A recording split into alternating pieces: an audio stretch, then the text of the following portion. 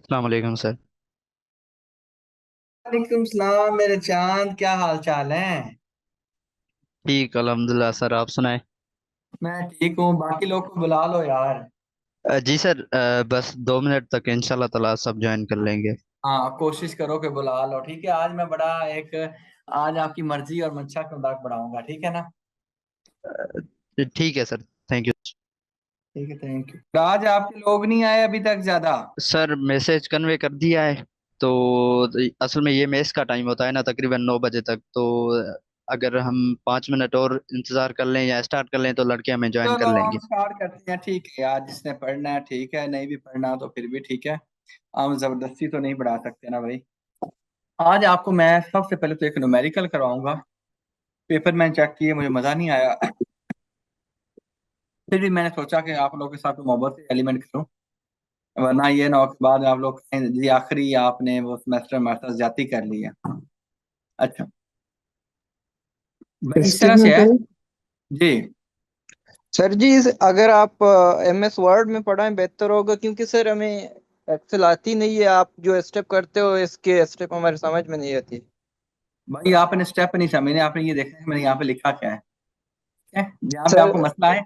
अब ये income from sir salary लिखा है, ये समझे जैसे वर्ड में लिखते हैं वही लिखा है। नहीं नहीं सर, ये जो मैथ की नॉमेरिकल की बात कर रहा हूँ सर। और मैथ के न्यूमेरिकल उधर प्लस माइनस, मुझे कैलकुलेटर भी रखना पड़ेगा। सर ये पर आप यहाँ एक्सेल से डायरेक्ट करते हो, फिर हमारे समझ में नहीं आते सर। आपने पहले भी पढ़ाए थे, फिर हमारे समझ में मुझे नहीं आए रोक लो। सर हम। जब समझ ना आए, जब मैं 50 दफा मेरे बच्चे पूछता हूँ, मुझे रोक लो कि सर यहाँ पे ये समझ नहीं आया। सही है, हॉस्टल में यहाँ से इंटरनेट का भी बार बार इशू आ जाता है ना दरमियान में। मेरे पास ऑफिस आ गया करो, मैं ऑफिस ही बैठा हूँ अभी भी। सर आपका ऑफिस कहाँ है सर? ये ब्लू एरिया में है। सर हम यहाँ इस्लामिक यूनिवर्सिटी में हैं। तो यार मेरे पास सो भी जाना, फिर क्या मसला है। सर अगर आप सर काइंडली MS वर्ड में पढ़ाएं तो हमारे लिए इजी होगा सर। ये भी मुश्किल नहीं है, आपने हवा बना लिया। आपको समझाता हूँ। आप कैलकुलेटर में ना लेके बैठा रहूंगा, आपको बताता हूँ। टेंशन नहीं लो। थैंक यू समझ सर। ना आए ना यहाँ पे सर ये कैसे आया, ये आप पूछ सकते हो रोक के।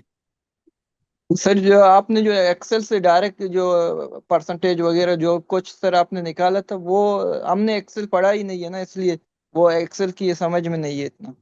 आपने पढ़ना भी नहीं है। जी सर। टेंशन नहीं लो। अच्छा, ये क्वेश्चन मैंने आपके सामने खोला है, जैसा मैंने आपको पेपर में भी क्वेश्चन दिया था, इसको समझिएगा। क्वेश्चन क्या है, यहाँ पे क्वेश्चन में लिखा गया है कि मिस्टर मुश्ताक हैं। बल्कि मैं आपको आपके वाला पेपर ही खोलता हूँ डिस्कशन के लिए। उसमें से आखिर जो न्यूमेरिकल आपको समझ नहीं आया था, उसको हम पढ़ते हैं। इसी बेस पे जो मैं अभी क्वेश्चन करवाने लगा था। ये मेरे दोस्तों पेपर था ना, इसमें क्या था। Mister Matin was employed with Melody Limited, ठीक है, एज एन इवेंट ऑर्गेनाइजर। ठीक है, on 30 June 2024 he resigned without completing his notice period. उसने कंपनी को छोड़ दिया, नोटिस पीरियड पूरा नहीं किया। पता नोटिस पीरियड क्या होता है, जब हम किसी कंपनी को छोड़ते हैं तो उनका ये होता है कि डिफरेंट कंपनियों की पॉलिसी होती है कि जब आपने जाना है तो 1 महीना हमें बता के जाना है कि मैं 1 महीने बाद छोड़ दूंगा, ताकि इस महीने के दौरान वो नया बंदा रख लें। ठीक है, कोई कंपनी की पॉलिसी होती है, आप 2 महीना पहले हम बताएंगे। जब आपने फर्ज करे कि छोड़ना, अगर फर्ज करें जून में हो, इस जून, तो आप हमें 2 महीना पहले बताएंगे। इसका मतलब ये है कि जून का पूरा महीना भी, मई का भी, तो आप अप्रैल के एंड पे बता सकते हैं, ताकि मई और जून 2 महीने उस कंपनी को मिल जाए बंदा रखने के लिए। ठीक है। On July 1 2024 joined Rock Star Limited. उसने कंपनी ज्वाइन कर ली रॉक स्टार लिमिटेड को as a senior event organiser. The relevant financial details for, अब उसको टैक्स ईयर स्टार्ट हो गया 2025। ठीक है, उसको जो जो चीजें मिली, रेमोनेशन मिली, वो नीचे उन्होंने बताई हुई है। ठीक है। अच्छा जी। और यार रिजल्ट आपका अपलोड करना था, वो पोर्टल ही नहीं चल रहा था इस्लामिक यूनिवर्सिटी का, तो फिर मैंने रिजल्ट अपलोड नहीं कर पाया। अच्छा, एम्प्लॉयमेंट ट्रांजिशन एंड पेमेंट। सबसे पहले compensation for unserved notice period. On 1 July 2024 RSL paid rupees 2,80,000 to ML on behalf of mister Matin. ये लिखा गया है, कंपनियां ये लिखती हैं अगर कोई बंदा छोड़ के जाए, ये प्रैक्टिकल मेरे दोस्तों हम डिस्कशन कर रहे हैं, और वो अपना नोटिस पीरियड पूरा ना करे तो वो कंपनी को एक पैसे देगा। अब वो पैसे उस बंदे ने पे नहीं किए, जिस कंपनी में जा रहा है उस कंपनी ने 2,80,000 रुपया पुरानी कंपनी को मतीन के ब्याह पे किए। क्या ये बात समझ आई है भाई? बताइए कि ये यस बात सर। समझ आई है कि नहीं? Yes sir. क्लियर है? जी सर, बिल्कुल। अगर मैं एक कंपनी में काम करता हूँ और दूसरी कंपनी में चला जाऊं और दूसरी कंपनी पहले वाली कंपनी को एक पेमेंट करे, क्या वो सैलरी का पार्ट होनी चाहिए कि नहीं होनी चाहिए? भले मुझे नहीं मिले लेकिन मेरी कंपनी नहीं दी है ना। अगर मैं उस कंपनी के पास ना आता तो जाहिर बात है कि वो पेमेंट दूसरी कंपनी को ना करती। तो ये भी एक सैलरी का हिस्सा होता है, यानी कि ये भी सैलरी ही है। ये प्रैक्टिकल लाइफ में शायद आप फेस भी करेंगे, मतलब आपको इन चीजों का सामना भी करना पड़ेगा। क्लियर हुआ? जी सर। मैं इसको सारी इस तरह से यहाँ से कॉपी करता हूँ। मुझे एक्सेल पसंद क्यों है, आपको भी सीखना चाहिए जो आप कहते हैं। कंट्रोल वी हटा देता हूँ। मैं यहाँ पे लिखता हूँ कि ये जी मुझे पीछे 2,80,000 रुपये ये मैं लिख दिया कि मुझे मिले।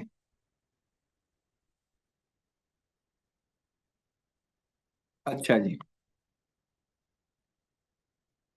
उस भाई की फरमाइश पे क्रेडिट लाइन खत्म कर देते हैं, वर्ड वाला फॉर्मेट बना देते हैं। अच्छा, उसके बाद ये था नंबर 1, एक सैलरी है। Number 2,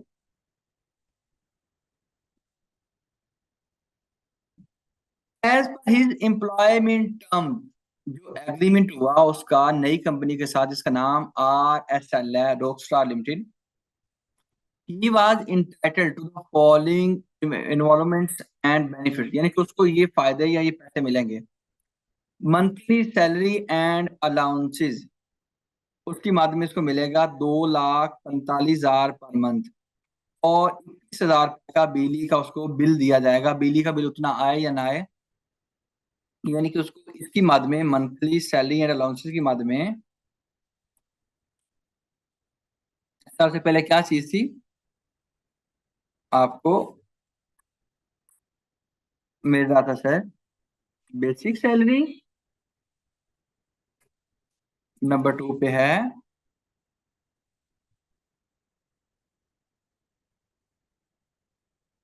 utilities allowance.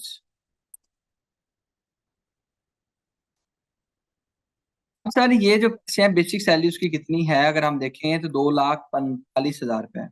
ये है एक महीने की।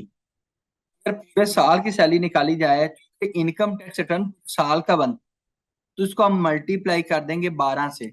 ये आपने अपने कैलकुलेटर पे करके ये करना था, तो ये लिखना था कि सैलरी कितनी बनती है। ठीक है, फिर यूटिलिटी का उसको कितने पैसे दिए थे, 21,000 रुपए। 21,000 रुपए मल्टीप्लाई बाय 12, ये जो हमने सैलरी का 2 की डेफिनेशन पढ़ी थी उसके अंदर ये सारे पॉइंट्स लिखे हुए हैं कि सैलरी में क्या क्या आता है। ठीक है, फिर पॉइंट नंबर 3 में transport facility and car allowance. On 1 July 2024 company maintain 1300 CC Honda city actually for private use. एक उसको गाड़ी दी गई जिसकी कीमत कितनी है, 25 लाख। आधा कंपनी के लिए और आधा कार भी लिख लें, कन्वेंस भी लिख लें, कोई बुराई वाली बात नहीं। अब जो कीमत है गाड़ी की, उस गाड़ी की सर कीमत है 25 लाख। इसका रूल क्या है आमिर, कितने पैसे कन्वेंस अलाउंस की मद में आपकी सैलरी का हिस्सा बनते हैं आमिर? जी सर। अगर गाड़ी यस। आधी प्राइवेट यूज के लिए हो और आधी ऑफिशियल यूज के लिए हो तो कितनी सैलरी का हिस्सा बनता है? 5% सर। शाबाश, वेरी गुड। हमने कहा कि सर गाड़ी की कीमत का 5% हमने वो डाल देना है सैलरी के अंदर। अहमद भाई मैंने सही कहा है? जी सर। रूल्स के मुताबिक बोल रहा है। जी सर बिल्कुल। Other benefits, monthly house keeper salary paid by RSL 6,000 with Mr. Martin reimbursing 20%। 6,000 रुपए RSL दे रहा है और जो 20% है, ठीक है, वो समझे क्या लिखा, विद मिस्टर मतीन रिइंबर्सिंग 20%। क्या मतलब है? 6,000 रुपए हाउस कीपर को है, लेकिन उसमें से 20% मतीन देता है। क्या ट्रांसलेशन यही बनती है या कोई और बनती है? सर इसमें से 20% निकाल देंगे जो मतीन का है, और वो जो बाकी रह जाएगा 80% वो फिर सैलरी में शाबाश। काउंट किया लेकिन जाएगा। यहाँ पे अगर हम इसको ना कानूनी तौर पर देखें, monthly house keeper salary paid by RSL नहीं, लेकिन कंपनी को मतीन कितने पैसे देता है वापस? 20%। यानी कि फिर कंपनी मेरे लिए कितने पैसे देती है? 80%। हाँ, मेरे ये बात मेरे साथ एग्री करते हो? जी सर। Are you sure? जी सर, क्योंकि इसमें 20% जो है रीइम्बर्स कर रहा है वो, तो मतलब 6,000 का जो 20% है वो मेरे ख्याल में बनते हैं 1,200 रुपये सर, 1,200। तो सर वो उसमें से कट जाएगा, वो 4,800 फिर पार्ट ऑफ सैलरी यानी काउंट कि किया जाएगा। शाबाश, यानी कि 6,000 में से फिर मतीन को, मतीन की कंपनी कितना देती है? 80% वो देती है, ऐसे ही है। जी सर। लेकिन सर वो एक महीने का देती है, अब पूरे 12 माह का कितना देगी? ठीक है, यस ये सर। अब आपका। लेकिन ये 80% करना था, 80 नहीं करना था, 80% करना था। ये मैंने जी परसेंटेज लगा दिया है। ये आप अपने कैलकुलेटर पे 6,000 जब उसके साथ मल्टीप्लाई करेंगे तो ये अमाउंट बनेगी। ये जी जब सर एक्सेल का बिल्कुल। एक और भी फायदा है कि ये मालूम मैंने कैसे कि ऊपर फार्मूला इसका लिखा हुआ है। आमिर भाई के अलावा बाकी किसी बंदे को समझ आई है? आमिर भाई के अलावा बाकी लोग अंडरस्टैंड कर गए इस बात को? यस सर, आ गई है समझ। यस सर, यहाँ तक क्लियर है। शाबाश। अच्छा, then special allowance 50,000 for official expenses. Expenses इतने, देखिए जब ऑफिशियल खर्चे दिए, फर्ज करें मुझे कंपनी ने भेजा और उन्होंने अपने ऑफिस के लिए भेजा, मैंने किसी तरह से उसमें से पैसे कम यूज किए। अब अगर मैं लीगली बात करूं तो जो मुझे 10,000 रुपए एक्स्ट्रा मिले, वो मेरी सैलरी का हिस्सा है, लेकिन कोई भी बंदा ये बताता नहीं है कि बच गए थे। लेकिन हमने चूंकि अभी कानूनी बात करनी है तो हम कहेंगे अगर 50,000 मिले तो 10,000 रुपए बच गया और कंपनी ने वापस नहीं लिए। आई एम अज्यूमिंग कि कंपनी में पैसे वापस नहीं लिए। तो आप ये समझ लो कि जो ऑफिशियल एक्सपेंसेस जितने एक्स्ट्रा मिले, जो कारोबार के लिए लग गया, कंपनी के लिए लग गया, वो नहीं, जो एक्स्ट्रा 10,000 है वो सैलरी का पार्ट बनेंगे। क्लियर है? जी कंपनी ने सर। मुझे कहा जाए फलानी जगह पे जाए, मैंने कहा ठीक है, मैं गया, लेकिन मैंने जो कंपनी पैसे दिए थे उसमें से कुछ पैसे बचा लिए, ठीक है, और कंपनी को वापस नहीं किए। और जब बचा लिए और वापस नहीं किए, ठीक है, और बताया भी नहीं, तो कानूनी तौर पे वो सैलरी का हिस्सा है ही नहीं। लेकिन समझे मैंने उनको बता दिया और उन्होंने वापस नहीं लिए।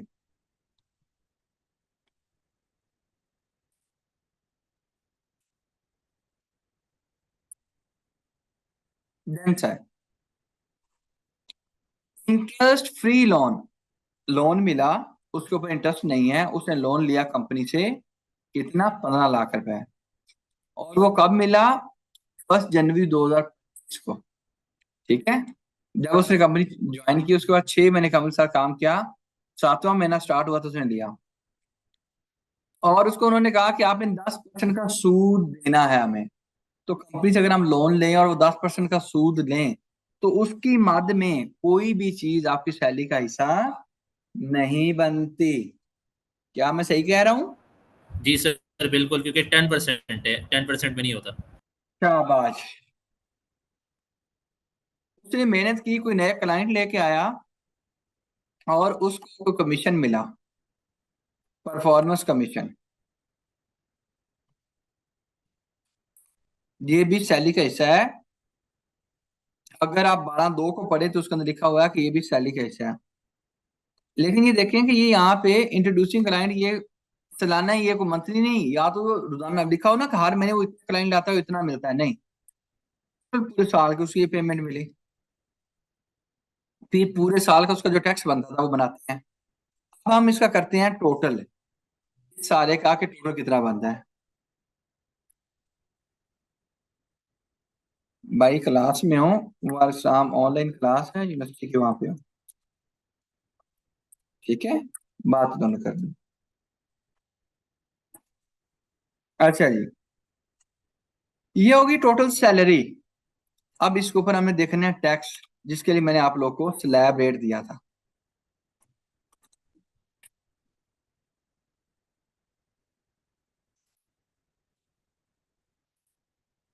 इकतालीस 64, कौन सा स्लैब यूज होगा आमिर? सर ये सबसे आखिरी वाला। हाँ, बासत बैठा हुआ है। सिराज कौन सा यूज होगा, सही कहा है आमिर ने। ये सर 6 नंबर जो लास्ट वाला। तो कितना टैक्स बनेगा? ये भाई माइनस कर रहा हूं जो 41 से ऊपर है, ठीक है।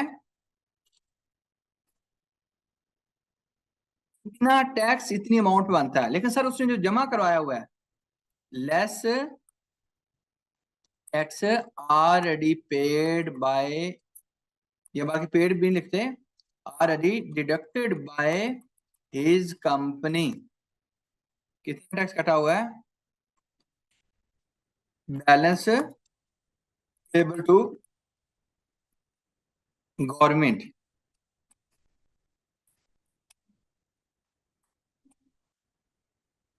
कितना बनेगा जी,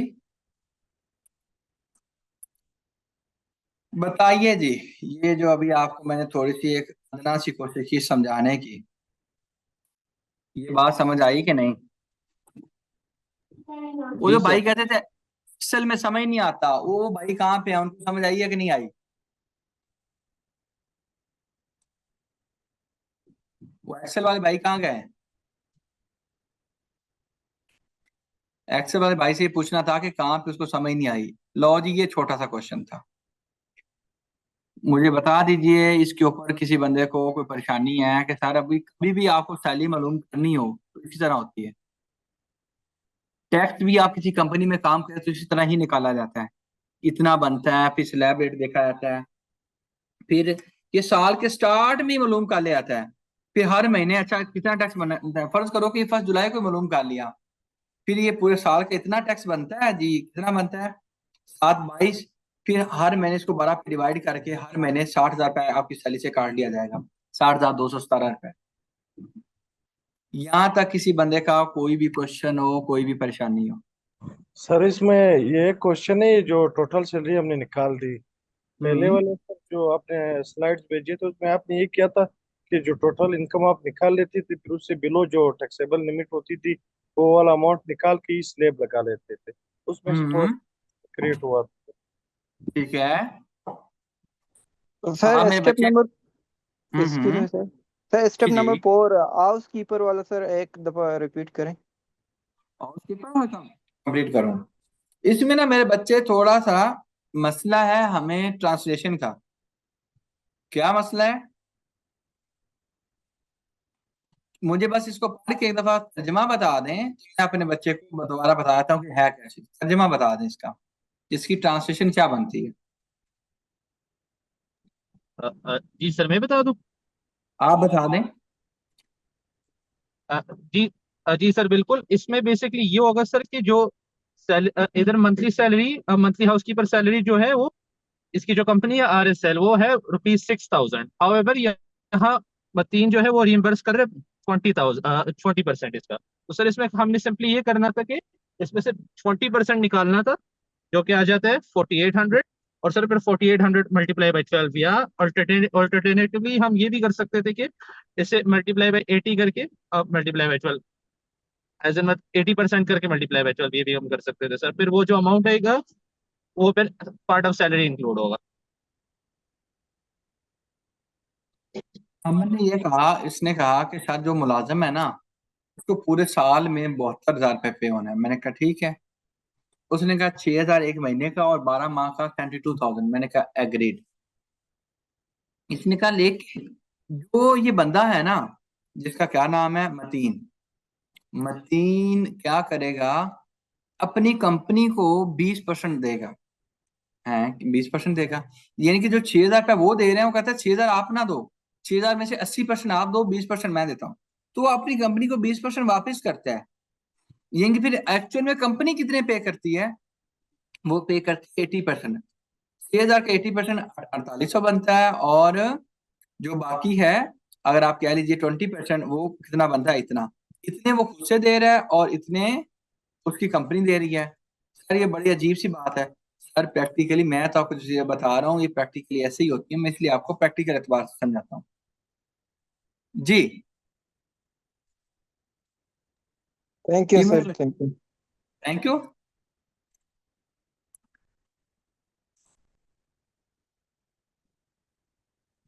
सजाद लशारी साहब कहते हैं उनको आवाज का मसला आ रहा है, बाकी लोग को आवाज क्लियर है।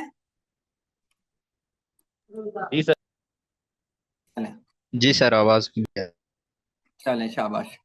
तो आज हम जी एक सर। और चीज डिस्कस करते हैं, शाबाश। आज एक और चीज डिस्कस करते हैं। आज हम पढ़ेंगे इनकम फ्रॉम प्रॉपर्टी। क्या पढ़ेंगे मेरे दोस्तों? Income from property. प्रॉपर्टी। जी, क्वेश्चन किसी का है तो सर मैं हाजिर हूँ। सर वो मैंने क्वेश्चन रेज किया था, बीच में साजिद का क्वेश्चन आया था। मैंने कहा था जब हम टोटल इनकम निकाल लेते फिर वो बिलो टैक्सेबल लिमिट वाला जो 6 लाख है वो उससे निकाल के स्लैब लगाएंगे या उसी की नहीं नहीं टोटल नहीं इनकम पे। नहीं, एक मिनट रुको, एक मिनट रुको मेरे बच्चे, एक मिनट रुको।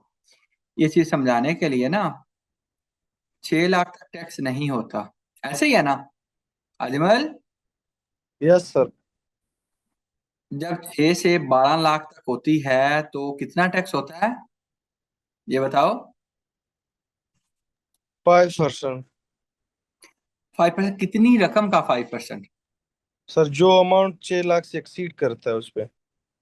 अगर एक मिसाल ले लो, अगर 12 लाख मेरी इनकम हो तो मुझे कितना टैक्स देना पड़ेगा? सर 6 लाख पे आपको 5% देना होगा, जो वो जितना 5% 6 लाख का आता है तीस उसी के परसेंट मुताबिक। 30,000, 30,000 बनेगा, 30,000 बनेगा ना? Yes sir. आप अपने कैलकुलेटर में निकाल के देख लो। अब मुझे ये बताओ कि इसका मतलब ये है कि 12 लाख है तो खुद ब खुद ही, इसको पढ़ के मुझे बताओ, इसको क्या, आपको क्या लगता है उसने खुद निकाल दिया ना 6 लाख को, कि नहीं निकाला? निकाल दिया सर, निकाल। निकाल दिया है। तो मेरे बच्चे यस जब इस सर। तरह करते थे, यहाँ पे आओगे ना, फिर मालूम करोगे तो आपको समझ आएगी 6 लाख खुद ब खुद निकला हुआ है। मेरी बात समझ रहे हो? Okay sir. यानी कि यहाँ पे वो टैक्स सिर्फ वो 6 लाख अगर वो कहता है कि 7 लाख लेगा, इस 7 लाख टैक्स पता है किस पे बनता है? 7 लाख बनता है 41 लाख के ऊपर टैक्स। अगर मैं यहाँ पे आपको अच्छा। समझाऊं, अच्छा मुझे सर कैसे पता चला कि 30,000? मुझे इसलिए पता चल गया मेरे चांद, जो यहाँ पे इनकम आती है ना इतनी, इसका अगर टैक्स देखना हो 12। तो ये अगली पे लिखा होता है, अगली लाइन में स्टार्ट में। 22 लाख पे टैक्स मेरा अच्छा। बनेगा 180, 32 लाख पे मेरा टैक्स बनेगा 430, 41 लाख पे टैक्स बनेगा 7 लाख। ठीक है, ओके सर। पक्का? सर समझ आ गया सर, उसमें ये सिर्फ कंफ्यूजन था 26 मार्च वाली हमारी जो क्लास हुई थी उसमें आपने जो नीचे वाला एग्जांपल दिया था उसमें मेरे ख्याल से बाय मिस्टेक आपने वो 6 लाख वाला अमाउंट निकाल के आपने स्लेब लगाया था उसमें, नहीं उसकी नहीं, वो वजह से स्लैब confusion। नहीं नहीं, वो मैं और तरह से समझा रहा था, वो उसमें हमने ब्रेक किया था। ठीक है, एक्चुअल ये है, अगर ओके आपको सर। लगता है उस पर मसला है, फर्ज करें मैंने नहीं देखा, ठीक है, दिस इज द ट्रू। ठीक है, सर ठीक सर, वहाँ ये सर समझ आ आपने, गई इस पे। एक्सक्यूज मी सर, सर वहाँ आपने स्टेप बाय स्टेप किया था, वो थोड़ा ज्यादा आ रहा था। अच्छा हाँ, वो थोड़ा लंबा हो गया तो शायद हो सकता है कि आप परेशान हो गए हो, या जिसने इतना भी किया, जिसने काम भी किया, ज्यादा भी किया है। नंबर मैंने, जिसने कुछ ट्राई की है ना उसको मैंने सारे नंबर दिए हैं, जिसने ट्राई नहीं की तो फिर यार देखो वो जाती है, फिर भी नंबर मैंने कुछ दिए हैं लेकिन वो जाती है वैसे। ठीक है,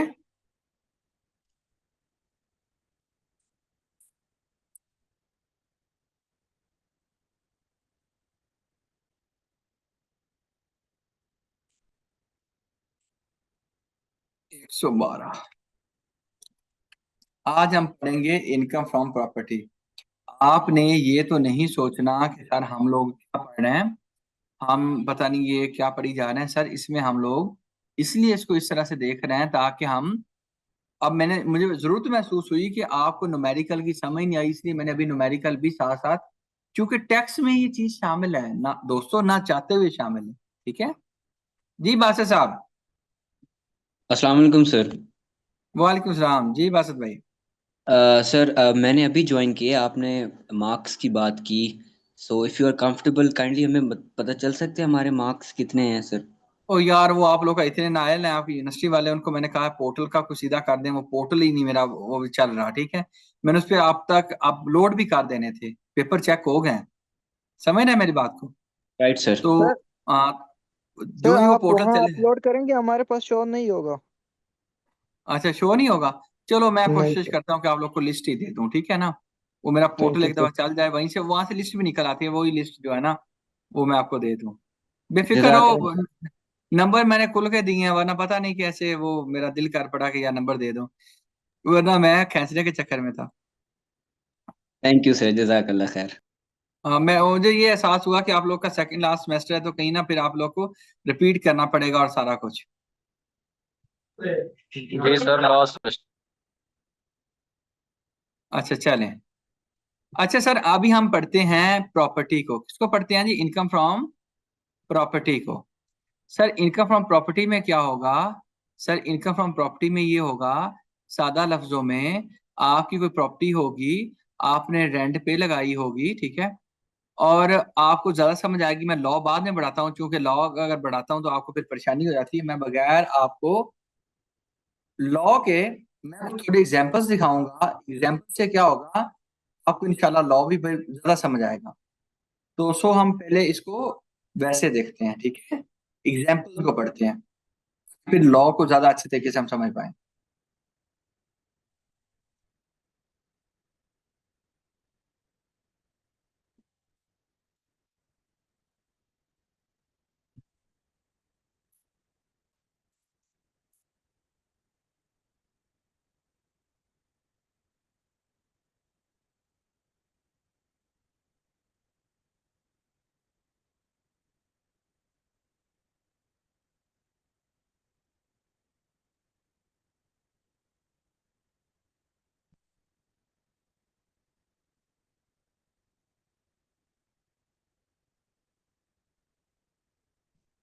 सर प्रॉपर्टी की बात करें, प्रॉपर्टी क्या है, सादा लफ्जों में मैं ये बढ़ाने वाला हूँ, अगर किसी बंदे ने प्रॉपर्टी को, अपनी जमीन को, जमीन से मुराद जमीन नहीं, घर को, या फिर अपने ऑफिस को, या इवन आप समझ लें कि कोई और चीज है जिस पे कोई स्ट्रक्चर खड़ा हुआ है और उसको किराए पे लगा दिया, टैक्स का कानून उसके बारे में क्या कहता है?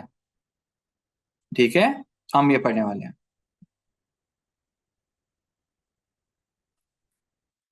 तो अभी हम मेरे दोस्तों हम लॉ नहीं देख रहे हैं, अभी हम कुछ एग्जाम्पल्स पढ़ने लगे हैं। एग्जाम्पल देखिएगा, फिर टैक्स का कानून भी आपको समझाऊंगा। मिस्टर सद ऑन करता है एक बिल्डिंग को जो उसने रेंट पे लगाई हुई है, वो कहता है उसके बारे में ये इंफॉर्मेशन है। सबसे पहले उसको रेंट मिला टेनेंट से 18 लाख रुपए। फिर वो कहता है कि डेप्रिसिएशन और बिल्डिंग, डेप्रिसिएशन क्या होती है कि आपकी बिल्डिंग की जो वैल्यू कम होती है, आपको नहीं साहब बिल्डिंग की तो वैल्यू बढ़ती है, भाई लैंड की वैल्यू बढ़ती है, बिल्डिंग का तो फर्ज करे कि घर बना हुआ है तो डेप्रिशिएट हो जाता है। कैसे डेप्रिशिएट हो जाता है? डेप्रिशिएट इस तरह से हो जाता है सर, जिस तरह से फर्ज कीजिए कि आपके घर के ऊपर किसी ने स्क्रैचेस डाल दिया, तो गाड़ी के ऊपर स्क्रैच पड़ता है, उसकी कीमत कम हो जाती है, उसको हम कहते हैं टैक्स की जुबान में, अकाउंटिंग की जुबान में डेप्रिसिएशन। तो कहता है आपके घर की डेप्रिसिएशन हो गई, टैक्स वालों ने कहा कितनी, 4 लाख रुपए आपके घर की डेप्रिसिएशन होगी। फिर आपने जो प्रॉपर्टी रेंट पे लगाई उस पर प्रॉपर्टी टैक्स भी पे किया। फिर आपने कुछ म्युनिसिपल, यानी कि म्युनिसिपल क्या होते हैं, फर्ज कीजिए कि कोई सोसाइटी के टैक्सेस पे किए, ठीक है, कोई लोकल कोई गवर्नमेंट के टैक्सेस पे किए, कितने, 1 लाख, लेकिन वो आपने नहीं किया, आपने एग्रीमेंट में उस बंदे को कहा कि आप पे करोगे। आपसे बड़ा कौन? आपका टेनेंट। बाकी एक्सपेंसेस हुए जनरल एंड एडमिन एक्सपेंसेस कितने, 2 लाख रुपए। रेंट रिसीव्ड इंक्लूड्स, जो रेंट मिला ये वाला include 6 lakh for 3 years commencing from 1st July of the current tax year। इसके अंदर कहता है रेंट रिसीव्ड, ये है ना रेंट रिसीव्ड, इसके अंदर शामिल है 6 lakh for 3 years commencing on this, ठीक है। इसके अंदर 6 लाख की रकम शामिल है, वो 3 साल के लिए। अभी परेशान नहीं होना, मैं आपको पूरा समझाऊंगा।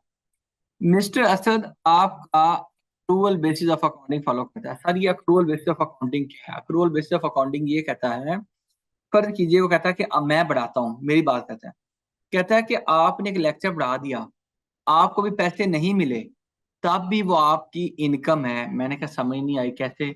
कहते हैं देखो आपने जो लेक्चर बढ़ा दिया है उसका आपको यूनिवर्सिटी ने पैसे देने हैं। मैंने कहा देने हैं। उसने कहा कि आपकी इनकम है। मैंने कहा इसको अच्छा समझाएं। उसने कहा आप समझिए कैश बेसिस ऑफ अकाउंटिंग होता है। मैंने कहा वो क्या होता है? कहता है आपने लेक्चर बढ़ा दिया। मैंने कहा बढ़ा दिया। आपको पैसे नहीं मिले? मैंने कहा नहीं मिले। वो कहता है ये आपकी इनकम नहीं है। मैंने कहा है, ये क्यों? उसने कहा जब आपको मिलेंगे तब आपकी इनकम होगी। यानी कि cash basis of accounting and accrual basis of accounting, इसमें फर्क है। Cash basis of accounting versus accrual basis of accounting. यानी कि उसने कहा फर्क क्या है? उसने कहा कि यहाँ पे हम एक्चुअल कैश इन होने को और आउट होने को देखते हैं। यहाँ पे एक्चुअल कैश तो नहीं देखना था, हम ये देखते हैं कि एक्चुअल में वो काम हो गया है जी, हो गया है। पैसे नहीं मिले? मैंने कहा नहीं मिले, फिर भी आपकी इनकम है। मैंने कहा फर्क करें कि मैंने एक बंदे से ये ऑफिस किराए पे लिया हुआ, मैंने अभी रेंट नहीं दिया, तो अगर मैं accrual basis of accounting follow करता हूँ, यानी कि समझो कि ये भी एक कंसेप्ट है। जैसे लोग किसी मजहब को फॉलो करते हैं तो उस मजहब में जो तालीमात होती है उसको फॉलो किया जाता है। इस तरह ये भी 2 स्कूल हैं। अकाउंटिंग के 2 इंपॉर्टेंट पिलर्स हैं, कंसेप्ट है कि अक्रूवल फॉलो करते हो या कैश फॉलो करते हो। जितनी भी कंपनियां वो अक्रूवल फॉलो करती हैं। यानी कि कंपनियां किसी वकील से सर्विस ले ले और उसको पेमेंट ना दे, अभी पेमेंट उसने देनी हो, तो कंपनी फिर भी अपना खर्चा लिखती है, तो उसको हम कहते हैं अक्रूवल बेसिस ऑफ अकाउंटिंग, ठीक है। तो इसमें एक्चुअल ट्रांजेक्शन देखी जाती है,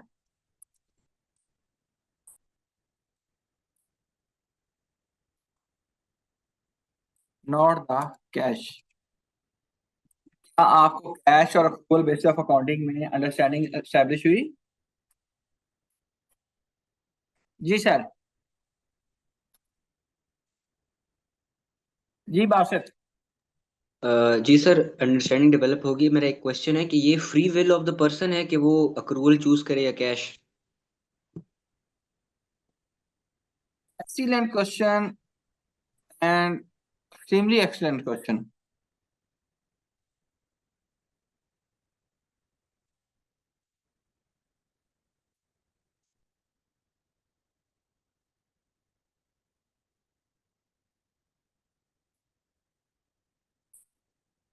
काबिल बंदे को काबिल जवाब मिलेगा।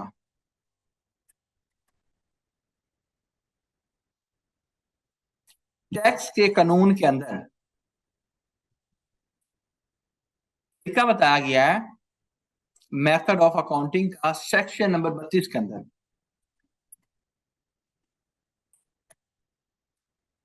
क्या तरीका है? इसको छोड़ दें। A person's income chargeable to tax shall be computed in accordance with the method of accounting। कुछ भी नहीं कहता कि आप जो प्रॉफिट या लॉस निकालना है वो मेथड ऑफ अकाउंटिंग। मेथड 2 हैं, समझते हैं। कहते हैं कंपनी शेल, कंपनी लाजमी तौर पे shall account for income charge और tax under the head income from business on accrual basis while other person may account for such income on cash and accrual। जी मेरे खूबसूरत बच्चे, समझ आई? यस सर, ये यहाँ पर लॉ ने स्पेसिफाई कर दिया। यस। तो जैसे सर वो मैनुअल रिटर्न फाइलिंग और इलेक्ट्रॉनिक रिटर्न फाइलिंग किया था, वैसे ये भी कर दिया। यस। एक्सक्यूज मी सर, अगर आप ये पहले वाले मेथड से पढ़ाएं जो आपने ला पढ़ा था, फिर हमारे कंप्रीहेंशन बन जाती है उसके बारे में। ये आप सर, आप ये अभी आप डायरेक्ट कर रहे हैं, हमारे वो कंप्रीहेंशन नहीं बन रहा है सर, लिंक नहीं हो रहा है सर। भाई लिंक क्यों नहीं हो रहा, किसको नहीं समझ आई? बट ये कि उस पर मैं जाता हूँ तो मुझे आप पर भी तो उस लेवल का देना। कौन बंदा कहता है जिसको समझ नहीं आई कि कैश और अप्रूवल की समझ नहीं आई? ये दोनों लफ्ज कानून के अंदर डिफाइंड ही नहीं है। ये मैंने आपको अपने नॉलेज की बेस पे, अकाउंटेंसी के नॉलेज की बेस पे डिफाइन किए हैं। ये दो चीजें डिफाइंड है। भाई किसी को परेशानी है? No sir. किसको परेशानी है वो बता दे, मैं कोई इसी बेस पे नंबर नहीं लगाने के आपको कहूंगा अच्छा इससे मैंने ये फजूल सवाल पूछा था। मुझे आप इसका बताएं। उसमें मैं बड़ा हैप्पी था, लेकिन मुझे टू बी ऑनेस्ट, मैंने कोई एक बंदे को नहीं, मैंने इंटायर क्लास को देख रहा है। मुझे जिस तरह का रिस्पॉन्स होगा मैं उस तरह से बढ़ाऊंगा। पेपर को देख के मुझे बड़ी मायूसी हुई है, ठीक है। लेकिन मैंने कहा कि आपको फिर डिजायर्ड नॉलेज दिया जाए, लेकिन इतना मैं इन डेप्थ ना बढ़ाऊं कि आप लोग मुझे कल को गालियां निकाल रहे हो कि यार पता नहीं क्या बढ़ाया इसने। जी, cash basis, accrual basis, method of accounting, ठीक है। और यहाँ तक की फिर आगे बढ़ते हैं, यहाँ तक जी।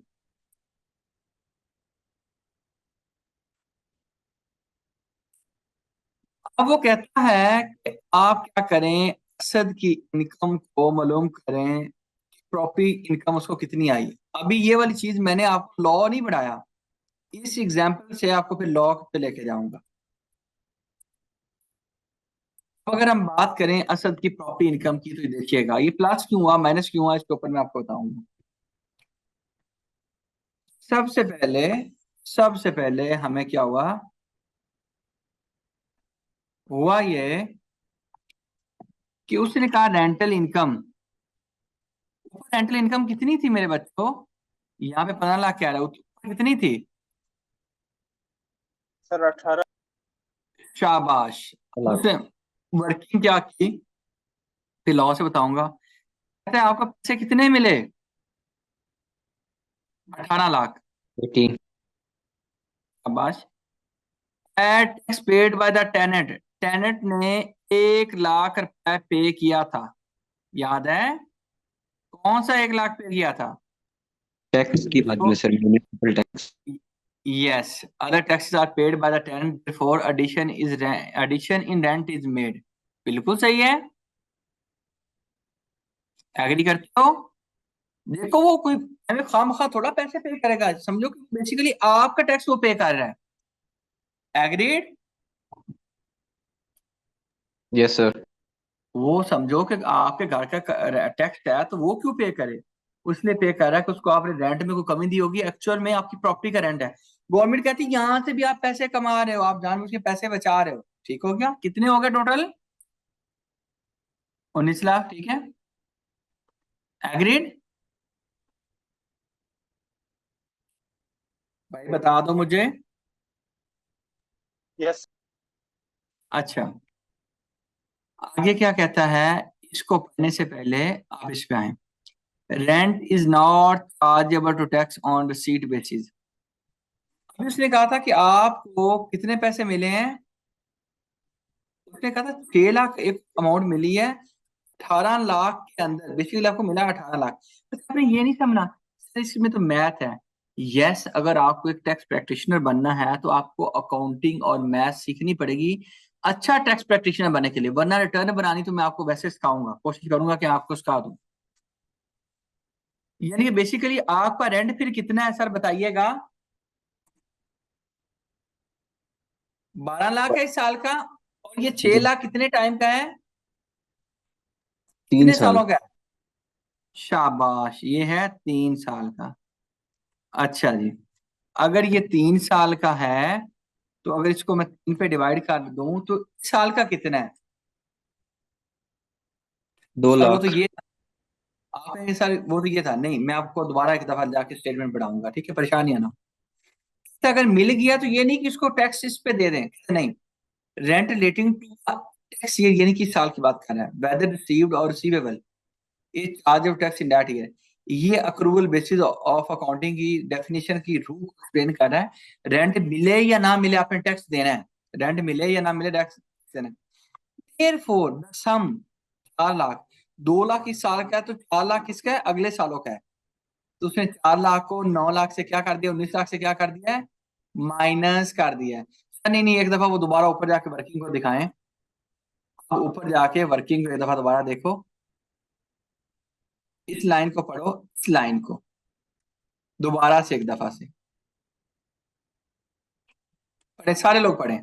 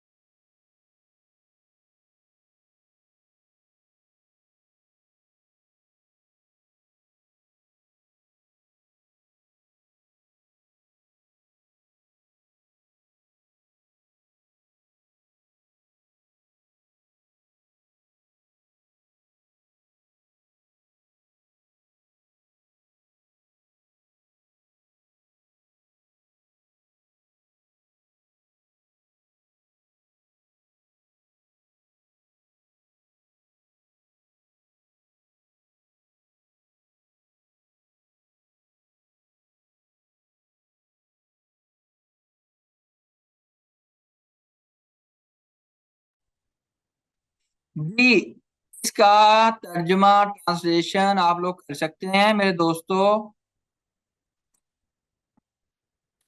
जी,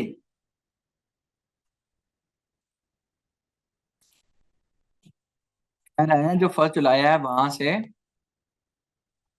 आपका क्या स्टार्ट जो हुआ है, उसमें 3 साल के लिए आपको अमाउंट मिली है, और ये अमाउंट स्टार्ट कहाँ से हो रही है, 1 जुलाई से आपने उसका कैलकुलेशन स्टार्ट करनी है। क्या मैंने सही कहा है? किसी बंदे को परेशानी है तो बता दें। सर इसमें ये समझ नहीं आ रहा कि ये कौन सी 3 साल का रेंट है जो इसको मिल रहा है 6 लाख। शाबाश। आप मुझे बताओ कि यहाँ से इसका ट्रांसलेशन करो पहले मेरे बच्चे मेरे साथ, यहाँ से रेंट ट्रांसलेशन। शाबाश, रेंट बोलो। received include RS 6 lakhs for 3 years commencing from 1st July of the current tax year। तो फिर क्या समझ आई आपको? सर वो कह रहे हैं कि जो रेंट रिसीव्ड हुआ है फॉर 3 years, एक मतलब मिनट एक वो मिनट 6 लाख। एक मिनट मेरे बच्चे, कह रहा है रेंट रिसीव्ड, वो कितना है? 18 लाख। उसमें क्या कह रहा है? 18 लाख के अंदर फिर 2 हिस्से हैं, एक 12 लाख का और एक कितना? 6 लाख। अब 6 लाख के बारे में क्या बात करता है? वो मतलब वो वाला रेंट है जो पास्ट 3 year में उसको मिला है। नहीं, गलत कह रहे हो, फिर तर्जमा दोबारा करो। Rent received include RS 6 lakh for 3 years commencing from 1st July of the current tax year। Sir ये कमिंग 3 years की बात कर रहा है। नहीं मेरे बच्चे, ये तर्जमा इसका पढ़ो दोबारा, यहाँ पे ये लफ्ज क्या है? सर वो कम ईयर तो करंट टैक्स ईयर की उसकी बात कर रहा है, लेकिन करंट टैक्स ईयर में तो 1 साल आ जाएगा, ये बाकी 2 साल सरकार से आ गए। बाकी 2 साल अगले सालों का अभी ले लिया है, हमें सर उसका मैं क्या यही लगे? कह रहा है। जो आगे वाले सालों का लिया है ना, वो हमारी इस साल की इनकम नहीं है। अच्छा, क्यों सर इनकम नहीं है? मुझे तो उस शरीफ आदमी ने क्या पूछा है,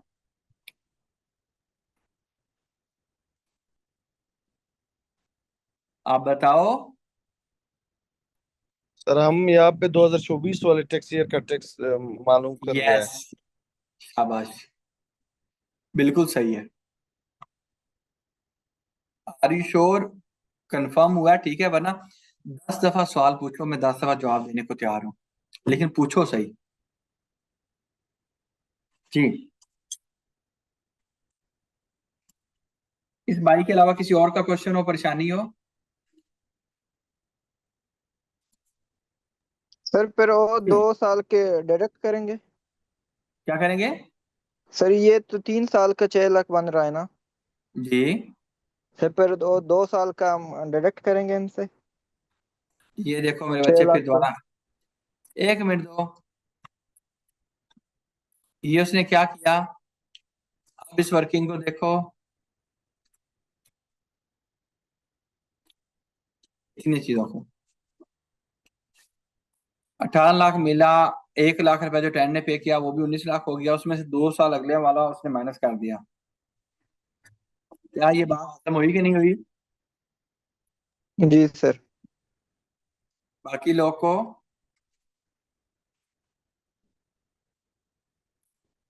सिबतुल्ला है, हाफिज सुदेश साहब बैठे हैं। यस हाँ जी सर। सुदेश साहब, आपको समझ आ रही है? Yes sir I sir, have a मतलब क्वेश्चन। करंट ईयर का 6 लाख अगर बन रहे हैं तो 2 साल का एडवांस टैक्स तो उधर डिडक्ट किया जाएगा, और जो टेनेंट के साइड से एग्रीमेंट के बेस पे मिल रहा है सादा वो भी। मसाल लो, सादा मसाल लो। मैं आपसे फर्ज करे सुदेश भाई मंगवाता हूँ dry fruits, coating an example. मैं कहता हूँ आपने मुझे 3 साल ड्राई फ्रूट देने हैं, ये 6 लाख रुपए ले लो। कोई बंदा आपसे पूछे, और आपका बिजनेस ड्राई फ्रूट बेचना, कोई बंदा आपसे पूछे कि इस साल आप किसी और को सेल नहीं करते, सिर्फ मुझे करते हैं, सादा रखने के लिए, कि जी इस साल की आपकी इनकम कितनी हुई ड्राई फ्रूट की सेलिंग से, आप मुझसे 6 लाख ले चुके हैं, तो आप क्या बोलोगे? सर ऑब्वियसली 600 इसी ईयर ही आया है। इसी साल आया है, लेकिन सर आपने मेरे जेब में तो 6 लाख। Yes sir. ना ना ना ना, अगर आप कहोगे ना इसी साल आया है, मेरे बच्चे आप चले गए किसके ऊपर? कैश बेसिस पे। Cash yes sir. बेसिस अगर आप फॉलो करोगे तो आप बिल्कुल ठीक कह रहे हो, 6 लाख। लेकिन कंपनियां कैश बेसिस फॉलो नहीं करती, नहीं सर। वो करती हैं अक्रूवल बेसिस। अब इसमें वो कहती हैं कि इस साल मैंने उसको काम कितना करके दिया है। अब फर्ज करें कि अगर, अच्छा एक इस मिसाल को और तरह से लेते हैं, मैं आपसे 2 साल के 2 लाख के ड्राई फ्रूट ले लूं और आपको 2 लाख ना दूं, आपकी इनकम हुई कि नहीं हुई? सर हुई अक्रूवल बेसिस पे। और कैश बेसिस पे? नहीं हुई सर, क्योंकि कैश इन कैश आउट शाबाश, हुआ ही नहीं। शाबाश। तो अब अगर अक्रूवल बेसिस के अकॉर्डिंग वही क्वेश्चन अगर हम समझे, इस क्वेश्चन में ये है कि प्रॉपर्टी में अक्रूवल बेसिस को फॉलो किया जाता है। किसको फॉलो किया जाता है? अक्रूवल।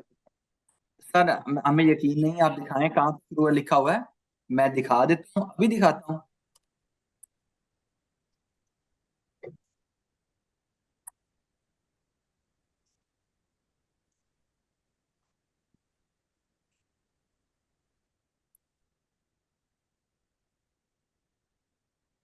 इसको लफ्ज को पढ़ो और समझो कि कैश है या अक्रूवल है, आप मुझे आप लोग देख के बताओ।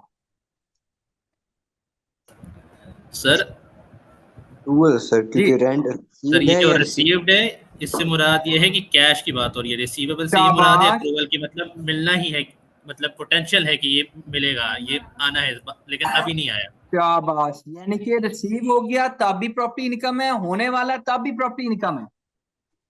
यानी कि यहाँ पे अक्रूवल बेसिस को फॉलो किया जाता है प्रॉपर्टी के हेड में। यहाँ पे उसने ये भी नहीं कहा कि इंडिविजुअल एओपी कंपनी, उसने कहा है बाय आ पर्सन।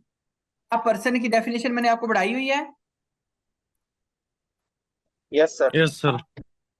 इसका मतलब यह है कि for income from business, accrual basis of accounting, business is property accounting shall be followed for individual AOP company. ठीक है, और यहाँ पे बिजनेस के बजाय हम पढ़े थे income from property.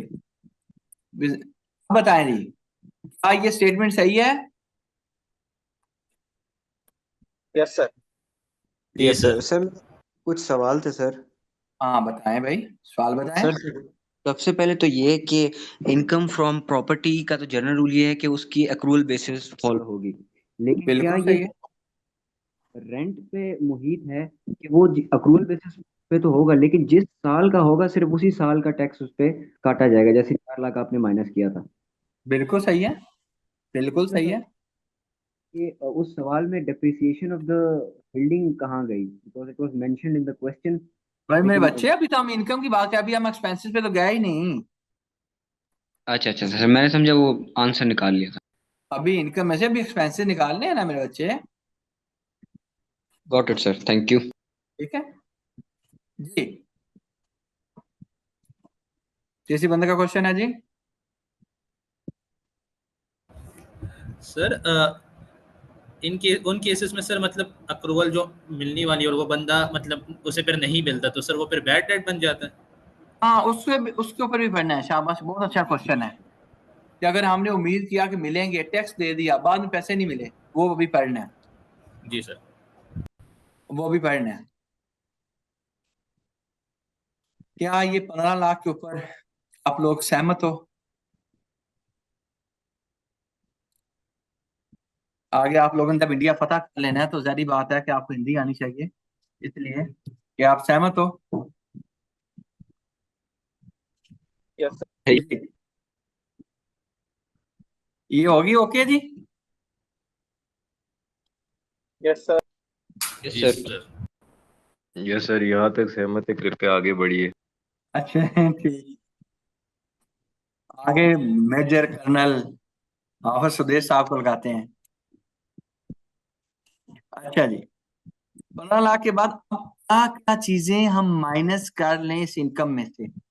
Less deduction, कौन कौन सी डिडक्शंस हमें कानून इजाजत देता है अपनी प्रॉपर्टी इनकम में से माइनस करने को? लॉ में भी दिखाऊंगा। कहता है सबसे पहले रिपेयर अलाउंस। मैंने कहा रिपेयर क्या? कहता है तुम्हारे घर की जो फरसूदगी हुई, जो घिसाई हुई, जो डेप्रिसिएशन हुई, जो जिस बंदे को आपने रेंट पे दिया उसके बच्चों ने आके जो आपकी दीवारों पे स्क्रैचेस मारे, तो वो, मैंने कहा वो कितने होते हैं? कहता है, जो ये रेंट बनता है ना, रेंट का 5वां हिस्सा, 1/5। सर ये क्यों? सर बता देता हूँ, दिखा देता हूँ। सेक्शन 15A ये बताता है कि आप इनकम में से, इनकम फ्रॉम प्रॉपर्टी में से कौन कौन सी चीजों को माइनस कर सकते हो। यानी कि ये क्या कह रहा है? आप इनकम फ्रॉम प्रॉपर्टी में से कौन कौन से खर्चे माइनस कर सकते हो। Deduction in computing income chargeable under the head income from property. Sir ये कौन कौन सी चीजें हैं? सर दिखा देता हूँ। सबसे पहले आप ये देखिएगा, इन respect of repair to a building and allowance equal to 1/5 of the rent chargeable to tax in respect of the building for the year computed by deduction allowed under this section। ये बड़ी उसने घुमा फिरा के कहानी सुनाई, लेकिन जो उसने कहानी सुनाई उसका जो मतलब था वो ये था कि जो रेंट चार्जेबल है, जो रेंट आपको मिला, जो आपने मालूम किया, उसका 5वां हिस्सा, 15 लाख का आप 5वां हिस्सा निकालो तो 3 लाख बनता है, माइनस हो गया। ये आपके सेक्शन 15(1) ने आपको, 15(1) ने आपको बताया जी। बताइएगा।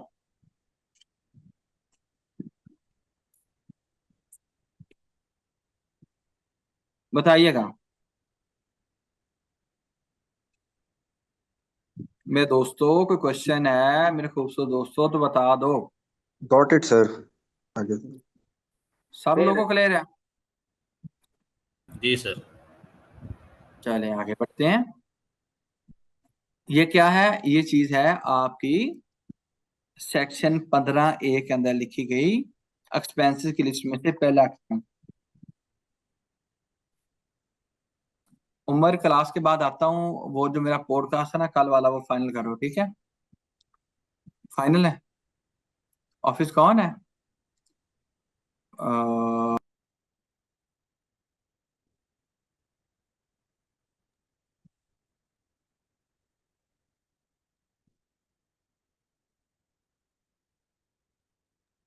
सर एक रिक्वेस्ट करनी थी सर। हाँ जी, हुक्म करें मेरे बच्चे। सर जी, आप जो आज नॉमरिकल समझा रहे हो, इसके जो आपके पास से जो को सवाल होंगे आप सेंड करें ताकि सर हम प्रैक्टिस करें। मेरे बच्चे बिल्कुल दूंगा, और मुझे जरूरत महसूस हुई जिसकी वजह से देखें मैं आपको लॉ को, जो लॉ है ना वैसे से दूसरा ना समझ पाए, मैं न्यूमेरिकल के साथ इसलिए समझा रहा हूँ ताकि आपको बेटर अंडरस्टैंड करवा सकूं। मैं थैंक अल्लाह यू से सर। जान के कहता हूँ जो कुछ चीजें मैं नॉमरिकल समझाऊंगा। सेंड जी करें जी सर, हम प्रैक्टिस करेंगे। जी जी, क्यों नहीं, क्यों नहीं, मैं आपको दे दूंगा मेरे बच्चे, ठीक है? Thank you sir.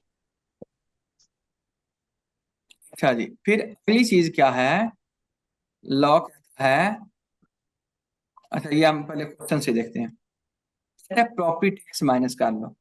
क्या प्रॉपर्टी टैक्स माइनस करना अलाउड है कि नहीं है, वो देखते हैं। एनी लोकल रेट, रेट भी टैक्स को कहते हैं, टैक्स, चार्ज, सेस, ये सारे लफ्ज टैक्स के लिए यूज किए जाते हैं, ये लीगल वर्ड्स टैक्स के लिए यूज किए जाते हैं।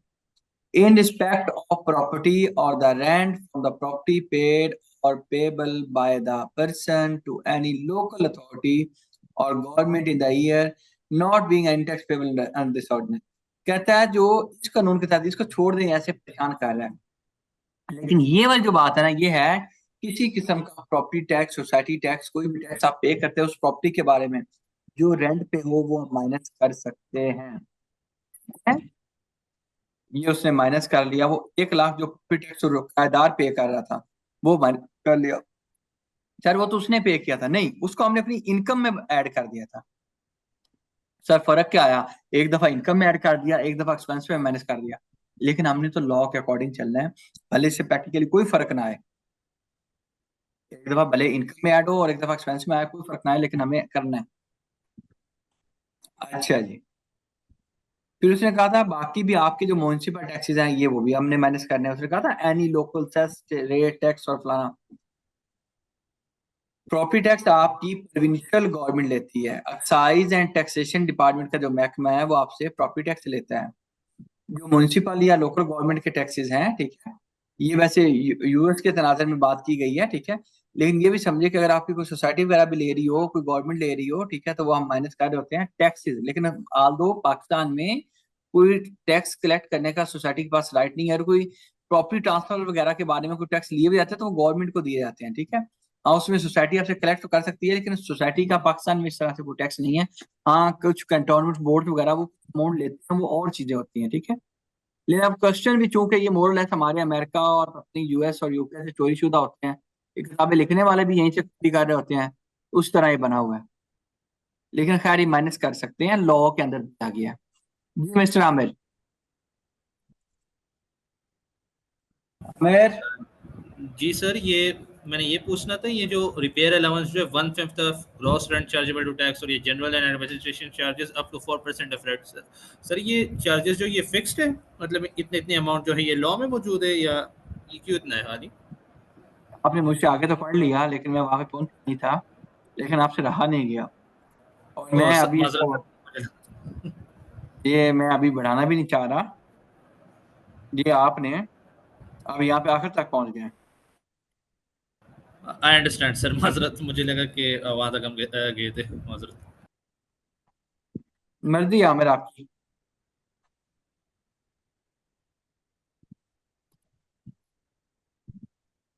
मैं तो 1 बाय 1 पॉइंट समझा रहा हूँ आपको। जी जी सर बिल्कुल, वो ज्यादा अच्छा तरीका है सर, माजरत। ये जो है ना जनरल एडमिनिस्ट्रेशन चार्जेस 4% वाला, इसके बारे में आपको यहाँ पे लेके चलता हूँ लॉ में। मैंने क्योंकि लॉ का एक एक पॉइंट आपको इससे करना है, ये देखो, ये पढ़ो। अब मैं आपको ना एक बड़ी खूबसूरत बात बताता हूँ, हमारे साथ बड़े काबिल लोग हैं।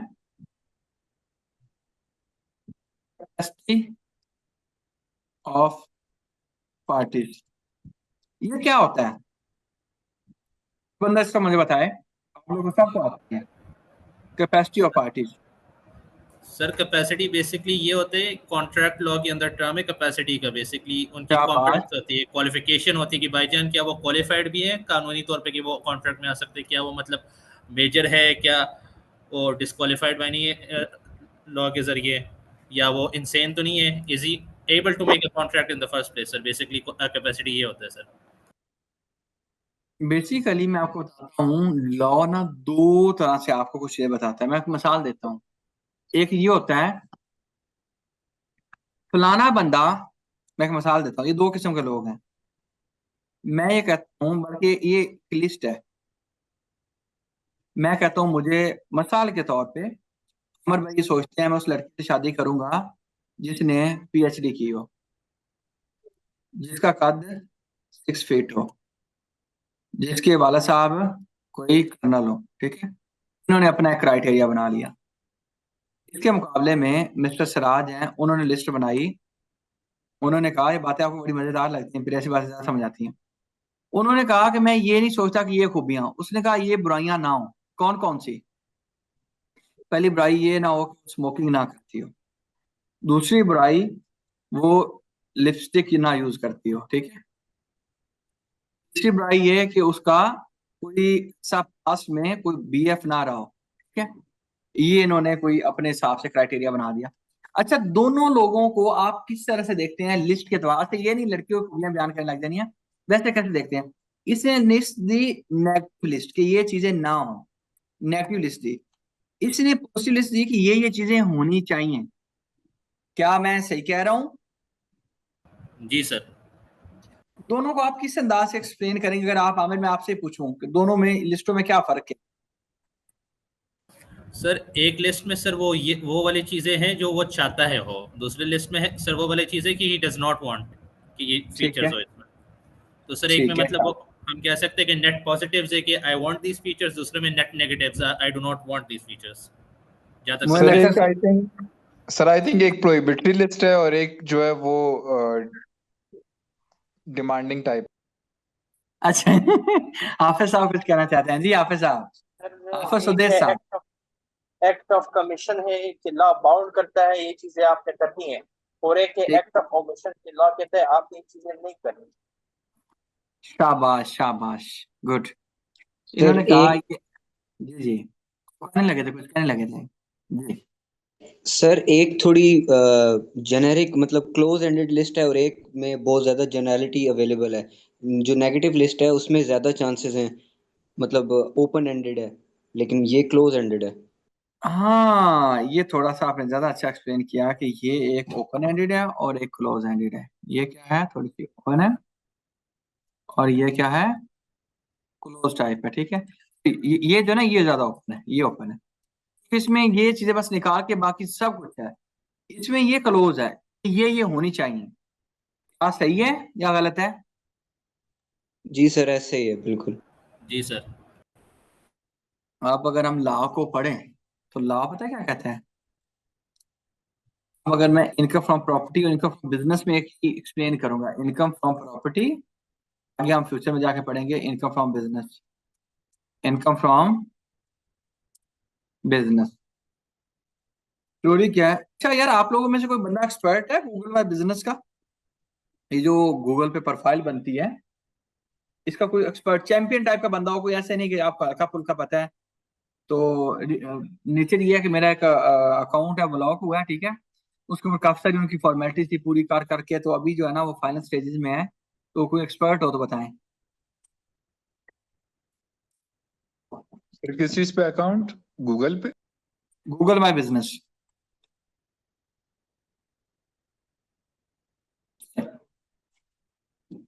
इनकम फ्रॉम प्रॉपर्टी में ना वो लिस्ट दी गई है, list of expenses which can be नहीं, which can only be deducted from income from property। ये मैंने क्या कहा है?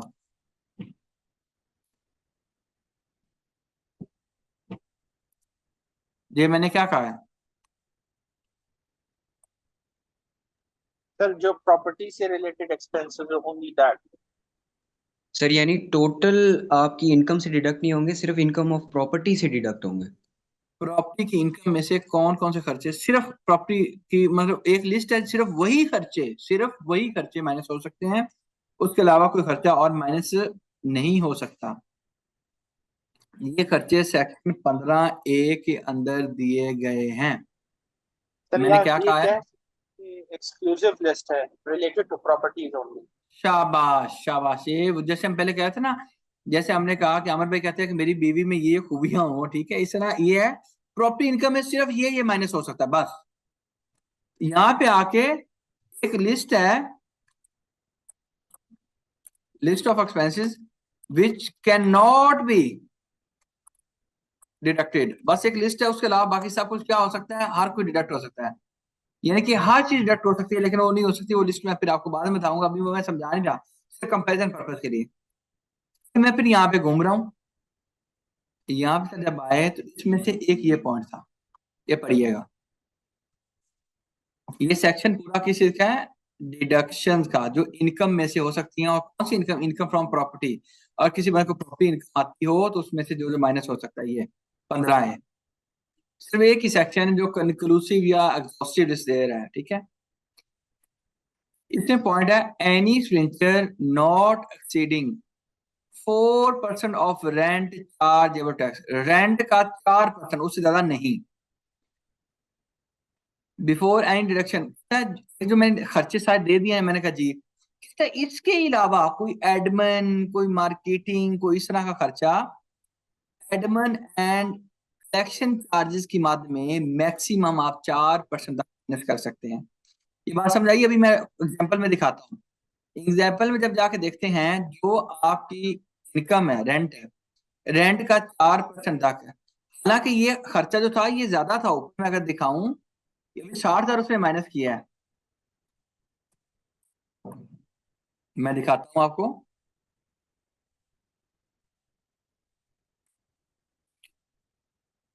ये था कितना, 2 lakh.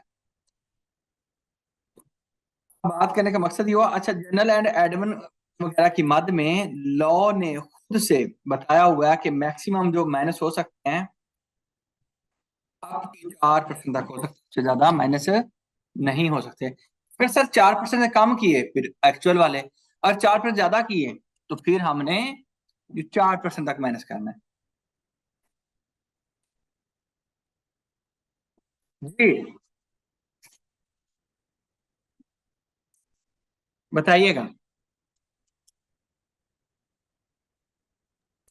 Sir due to lag ये सही सुन नहीं पाया सर, क्या मैं करेक्ट हूँ कि जो आपने लिस्ट की है 15A के तहत एक्सक्लूसिव लिस्ट, इसमें 4% से ज्यादा हम डिडक्शन नहीं कर सकते, आसान अल्फाज नहीं नहीं नहीं नहीं नहीं नहीं, लेट मी करेक्ट इट, ठीक है।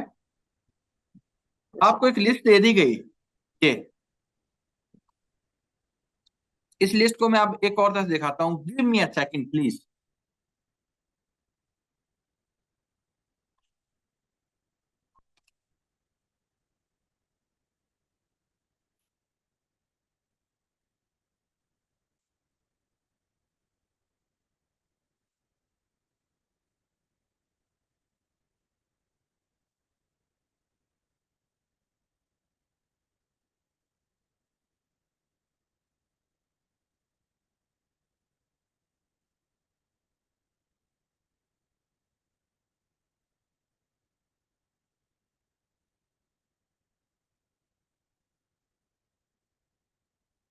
सर ये नजर आ रही लिस्ट, यस यहां से नीचे ये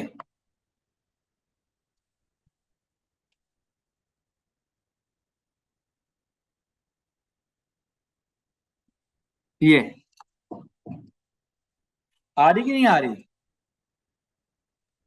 नजर कानून चीफ क्या कहता है, रिपेयर की मद में 1/5, इंश्योरेंस की मद में, लोकल टैक्स की मद में, ग्राउंड रेंट की मद में, फलाना फलाना, अभी बाकी पॉइंट सामने नहीं पड़े हुए।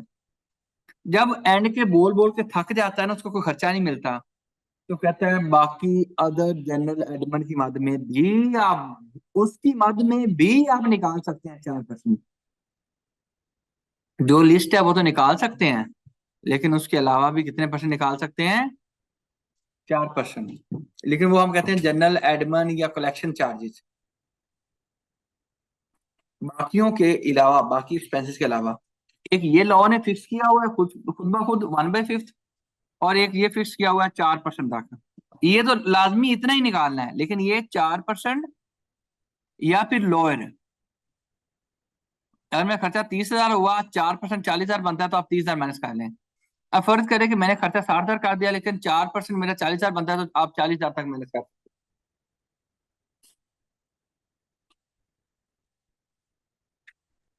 क्लियर? जी क्लियर हुआ? Yes sir clear. भाई बाकी भी दस दो, बाकी सबको समझ आ गई है? सॉर्टेड। यस सर, क्लियर है। या फिर इनकम फ्रॉम प्रॉपर्टी की जो 9,40,000 बनी है, क्या आपको क्लियर हुई? सर मेरा एक क्वेश्चन है। जी बताएं।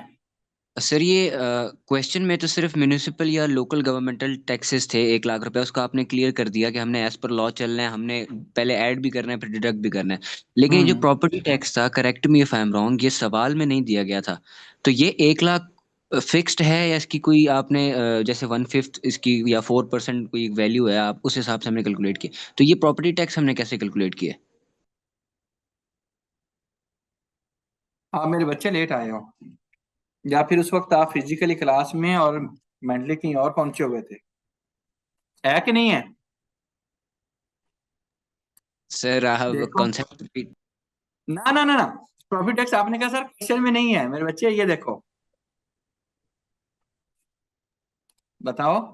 जी जी सर, वो मैंने तभी कहा था, मुझे correct me if I am wrong, मुझसे गलती होगी। हाँ शाबाश शाबाश, नहीं नहीं वो क्वेश्चन आपने नहीं देखा ध्यान से। एक और काम किया करो, मोबाइल पे ना अगर मैंने ये स्क्रीन की हुई ना, स्क्रीन शॉट ले लो इसका, ठीक है? वैसे तो मैंने ये आपको भेजना है, लेकिन स्क्रीन शॉट इसलिए ले लो ताकि बाद में देखना हो कि यार ये जो चीज बता रहे हैं क्वेश्चन में क्या था, मुझे कह दें कि सर थोड़ा जूम करें ताकि तस्वीर ले लें, समझ रहे हैं?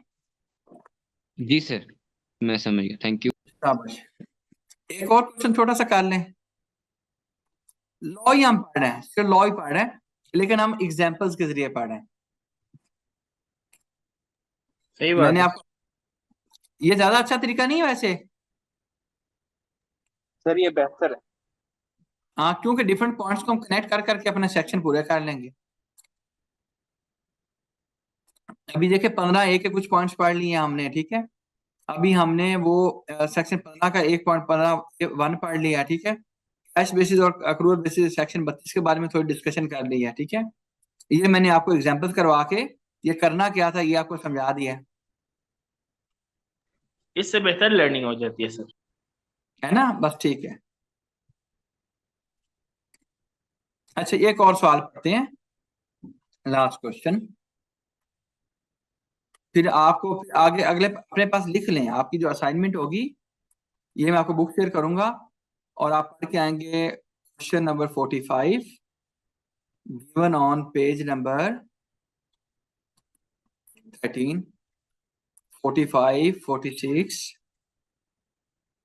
46, 47। हाँ, 3 क्वेश्चंस आपके असाइनमेंट है, ठीक है?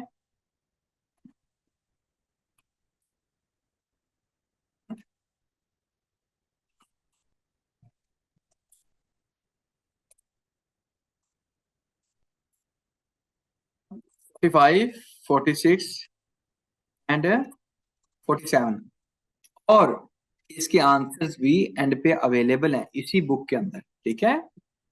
इसी बुक के अंदर मेरे दोस्तों इसके आंसर्स भी अवेलेबल हैं। नो,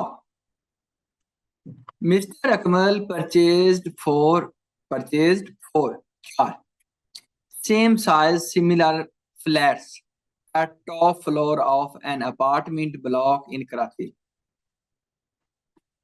एक बिल्डिंग है, ठीक है? उसके टॉप फ्लोर पे उसका नाम अपार्टमेंट ब्लॉक इसे रखा हुआ है कराची के अंदर। जून 2023 में एक ही तरह के 4 फ्लैट खरीद लिए। He let out 2 flats at fair market rent of 25,000। 2 flats जो हैं उसको किराए पे लगाया, एक का किराया 25,000 है और ये मार्केट में इतना ही चलता है, मार्केट के मुताबिक लिया। फिर मार्केट रेंट क्या है? मार्केट का रेंट लिया है। For the next month onward, from the next month onward, यानी कि जून के बाद ये जुलाई में ही लग गया, ये किराए पे जुलाई में ही लग गए। He also received security deposit of rupees 2 lakh in connection with each of these 2 flats। Plots की इन अपार्टमेंट्स की मद में, फ्लैट की मद में, दोनों की मद में उसने 2 लाख रुपए लिया है। Mister Akmal entered into an agreement to sale of third flat, लो जी तीसरा फ्लैट और सेल करने लगा, and received 1 lakh as money on 25/6/2023, ठीक है? यानी कि जून में उसने लिया और जून में, हालांकि इन्फॉर्मेशन उसको पहले देनी चाहिए थी, जून में उसने एग्रीमेंट किया किसी के साथ, ओके सर। ठीक है। The rest of the proceed amount was to be paid in 15 days. जब 25 को उसने एग्रीमेंट किया 15 दिन बाद, यानी कि आपका अल्लाह भला करे 10 जुलाई को पेमेंट होनी थी। However, the buyer failed to make the payment by the due date and the amount of token money was forfeited by the Mr. Akmal. और वो बंदा भाग गया। कौन सा बंदा भाग गया? वो बंदा जिसने प्रॉपर्टी बाय करनी थी। और मिस्टर अकमल ने कहा भाई भाग बनो, वो पैसे मैंने जब्त कर लिए हैं जो आपने मुझे 1 लाख का मनी दिया था। The said flat was then rented to his cousin at monthly rent of 15,000 का। बाद में वही फ्लैट जिसका एग्रीमेंट किया था वो अपने कजन को दे दिया with security deposit of rupees 50,000। उसकी मद में सिक्योरिटी डिपॉजिट लिया 50,000 और किराए पे सिमिलर फ्लैट 20,000 पे लगा हुआ है। अपने दोस्त को 25 कजन को 15,000 में देना जायज है?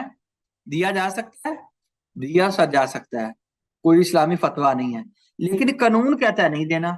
हमने कहा क्यों नहीं देना? उसने कहा जब आप 25,000 पे दोगे तो मुझे टैक्स ज्यादा मिलेगा। गवर्नमेंट ने कहा जब आप 15,000 पे दोगे तो मुझे कम मिलेगा। सर ये कानून में कहाँ पे लिखा गया है कि फेयर मार्केट वैल्यू पे ही देना है, हम पे नहीं दे सकते? सर वो कैसे पकड़ेंगे भाई? वो पकड़ेंगे तो वो बाद की बात है, वो जैसे भी आपसे एग्रीमेंट मंगवा लें, कोई चीज मंगवा लें कि आपने रेंट पे लगाया था मुझे एग्रीमेंट दो, लेकिन लॉ में कहाँ लिखा हुआ है? मैं आपको वो दिखाता हूँ कि आपको मार्केट के हिसाब से लगाना है।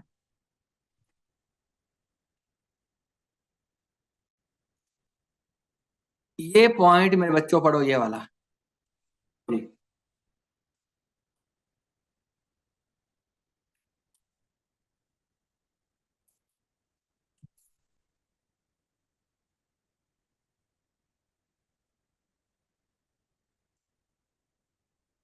जी।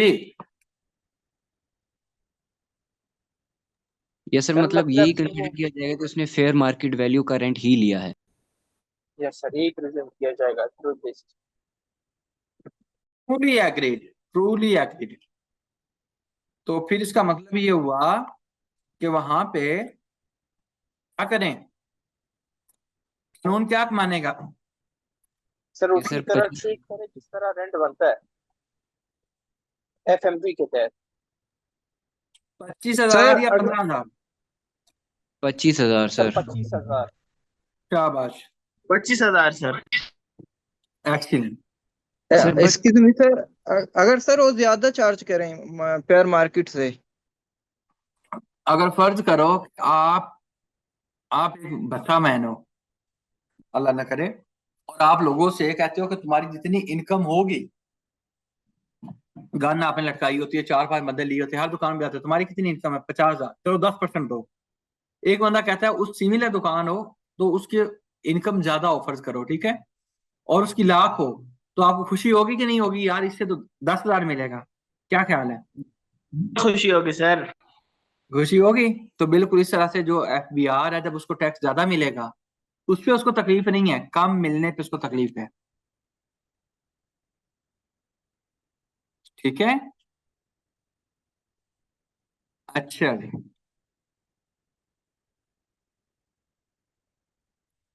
और विद द सिक्योरिटी, अच्छा हो गया। Fourth flat was used by mister Akmal for his own residential purpose. Flat में जाके खुद रहने लग गया। Mister Akmal paid property tax of rupees 20,000 in connection with each of his 4 flats. चारों फ्लैट्स की मद में उसने क्या किया है? 20,000 रुपए का प्रॉपर्टी टैक्स दिया है। अब हम इसको हल करते हैं, देखते हैं, ठीक है। इसमें एक और पॉइंट है, वो सिक्योरिटी डिपॉजिट वाला, वो भी मैं आपको बढ़ा लूं, फिर मैं जाके एग्जाम्पल को करता हूँ। ये कौन था? 15 का 4, 15 का 4।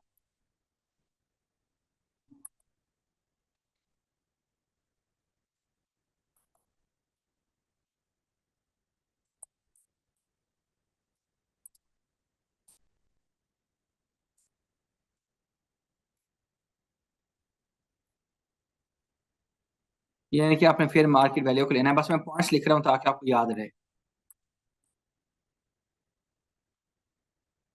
अब एक और पॉइंट है जो आपको बढ़ाना है लॉ में।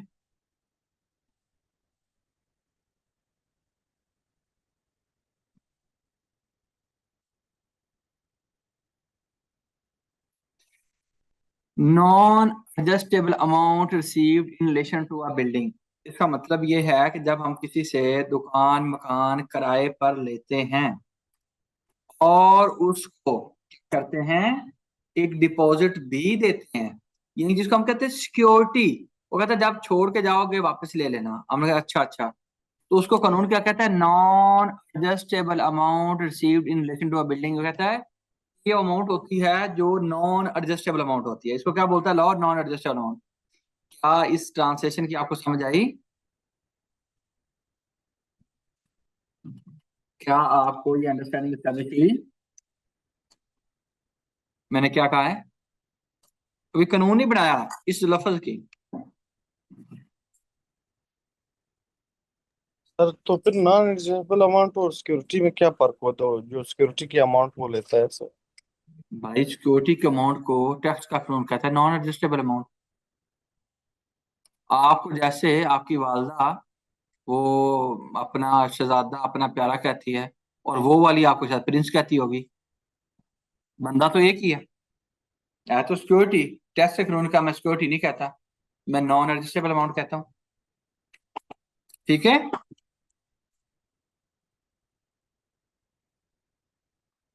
ओ भाई समझ आई?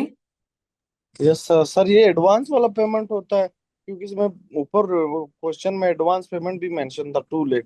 तो उस और इसमें फिर क्या फर्क है, ये जो नॉन एडजस्टेबल भाई अमाउंट है? भाई एक मिनट एक मिनट। पहली बात ये इनकम फ्रॉम प्रॉपर्टी का टॉपिक हम पढ़ रहे हैं जिसको प्रॉपर्टी रेंट मिलता है। अगर आपसे कभी मकान लिया किराए पे या कोई ऑफिस कोई चीज किराए पे ली है, यस सर। तो उसमें कब एग्रीमेंट किया था? मुझे समझाओ कि कितनी अमाउंट का एग्रीमेंट था, आपने कितने पैसे दिए, तो फिर मैं आपको उसमें से समझाऊंगा ये चीज थी। समझाओ कब सर एग्रीमेंट किया था आपने? स्टार्ट में एग्रीमेंट किया था लास्ट ईयर सितंबर में। उसमें एक किराया उसको एडवांस दिया, एक किराया सिक्योरिटी दिया। तो जो सिक्योरिटी था ना उसको नॉन एडजस्टेबल अमाउंट कहते हैं। नॉन एडजस्टेबल क्यों कहते हैं? क्या वो रेंट के अगेंस्ट एडजस्ट हुआ था? नहीं सर, वो एडजस्ट नहीं हो सकता सर। हाँ, तो उसको फिर वो क्या लास्ट कहें? में वो सर नॉन एडजस्टेबल सर। हाँ शाबाश, चूंकि एडजस्ट नहीं होता रेंट के अगेंस्ट इसलिए उसको क्या कहते हैं, नॉन एडजस्टेबल डिपॉजिट। ठीक तो है, वो रिटर्न हो। वो जब आप उसका दुकान उसका ऑफिस छोड़ के जाओगे वापस होगा। ठीक है, ओके सर। अब उसका करना क्या है उसके बारे में। Where the owner of a building receive from a tenant an amount which is not adjustable against the rent payable by the tenant, the amount shall be treated as rent under the head income from property in the tax year in which it relates and the following 9 tax years in equal proportion। सादा लफ्जों में उसने कहा कि जो आपको non adjusted deposit मिलता है, यानी कि जो as the owner of the building, मैंने कहा ठीक है, कहता है उसको आपने 10 सालों में रेंट ही समझना है। मैंने कहा है ये क्या बात हुई? उसने कहा अल्लाह के बंदे, उस पैसे को बैंक में रखवा के 10% तो वैसे भी कमाया जा सकता है। ये यहाँ पे लिखा हुआ नहीं है कि मैं लॉजिक आपको समझा रहा हूँ। तो इसलिए उसने जिस साल मिले उस साल और अगले 9 साल, वो अगर सर कल को बंदा चला गया, जब चला गया जो नया बंदा आएगा जो उससे पैसे मिलेंगे उसको आगे 10 साल। सर ये लॉ बड़ा अजीब है। तो जी लॉ में बात लिखी हुई है, हमने इसको फॉलो करना है। इसको अब मैं एग्जाम्पल में दिखाता हूँ, क्योंकि यहाँ पे ये हमने 2 लाख लिया हुआ है इसलिए आपको ये समझाता हूँ।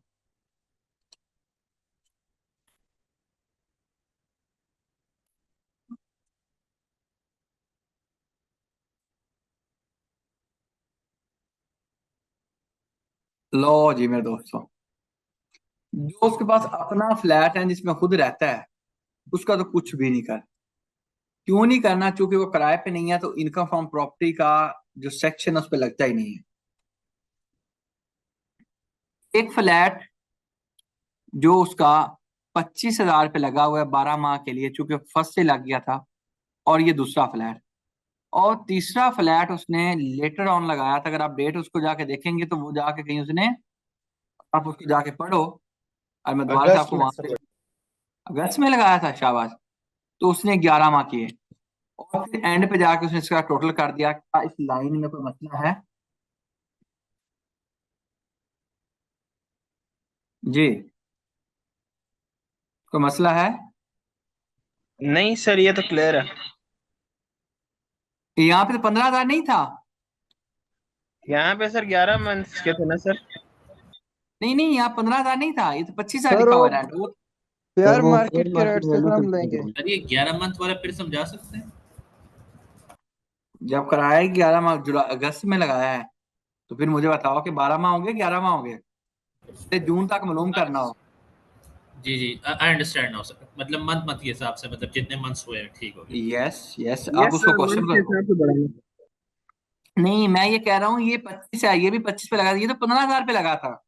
सर तो लेकिन वो वो लॉ सर कहता 10 है कि महीने फेयर रुको है सर। मार्केट वैल्यू कैलकुलेट होगी। क्या हुआ था? फिर वही बात है, फेयर वो जो एफडी के market 3 value. According. Months sir, वो भी तो है। क्या वो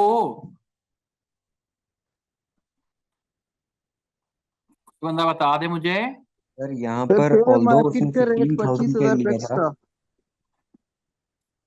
था एफबीआर की तरफ से। क्या है भैया जी फेयर संजय साहब? Market value sir.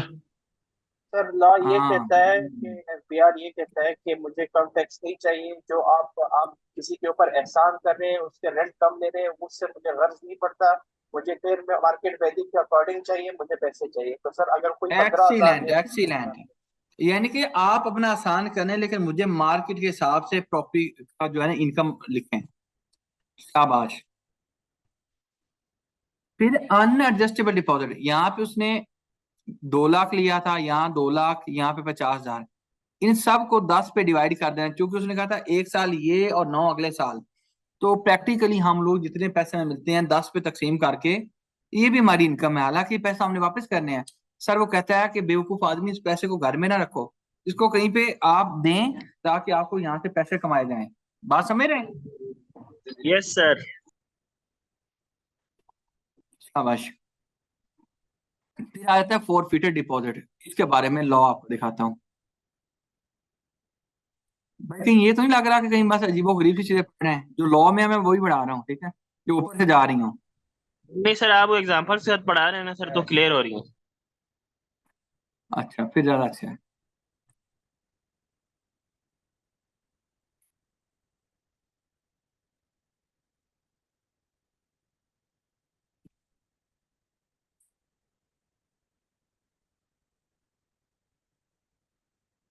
अब ये देखना, अब मैं आपको 15-2 बताने लगा हूँ। 15-2 सब इनकम फ्रॉम प्रॉपर्टी। प्रॉपर्टी को हम लगाते हैं रेंट पे। रेंट का मतलब क्या होता है? रेंट का मतलब है means any amount received or receivable by the owner of land or building as consideration for the use or occupation or the right to use of the occupy the land or building and includes, और इसमें शामिल है वो पैसे जो हम जमीन को किराए पे लगा के देंगे, वो forfeited deposit under a contract of sale for the land or building। जो आपको फॉरफिट अमाउंट होती है वो भी रेंट का हिस्सा है। क्या ये बात आपको क्लियर हुई कि नहीं हुई? सर ये बात समझ नहीं आई। वो जो उसने कहा था कि बंदे के साथ एग्रीमेंट किया, ₹1,00,000 लिया, बंदा भाग गया, हमने कहा तुम भी भाग जाओ, कोई पैसे हम नहीं देंगे, तो वो भी आपकी इनकम का हिस्सा बनता है। तो ये देख लो,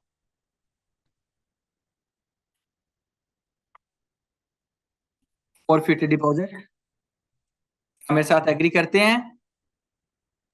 यस सर, यानी sir for only that year वो पार्ट ऑफ रेंट बने। Yes, truly agreed. We are फिर always is agree with you sir. Thank you so much. इसका हमने किया टोटल, ये बना रेंट चार्ज और टैक्स। अब मैं कभी आपसे पूछूं कि रेंट चार्ज और टैक्स क्या होता है, आपने कहना है सर रेंट चार्ज और टैक्स के मुख्तलिफ कंपोनेंट है।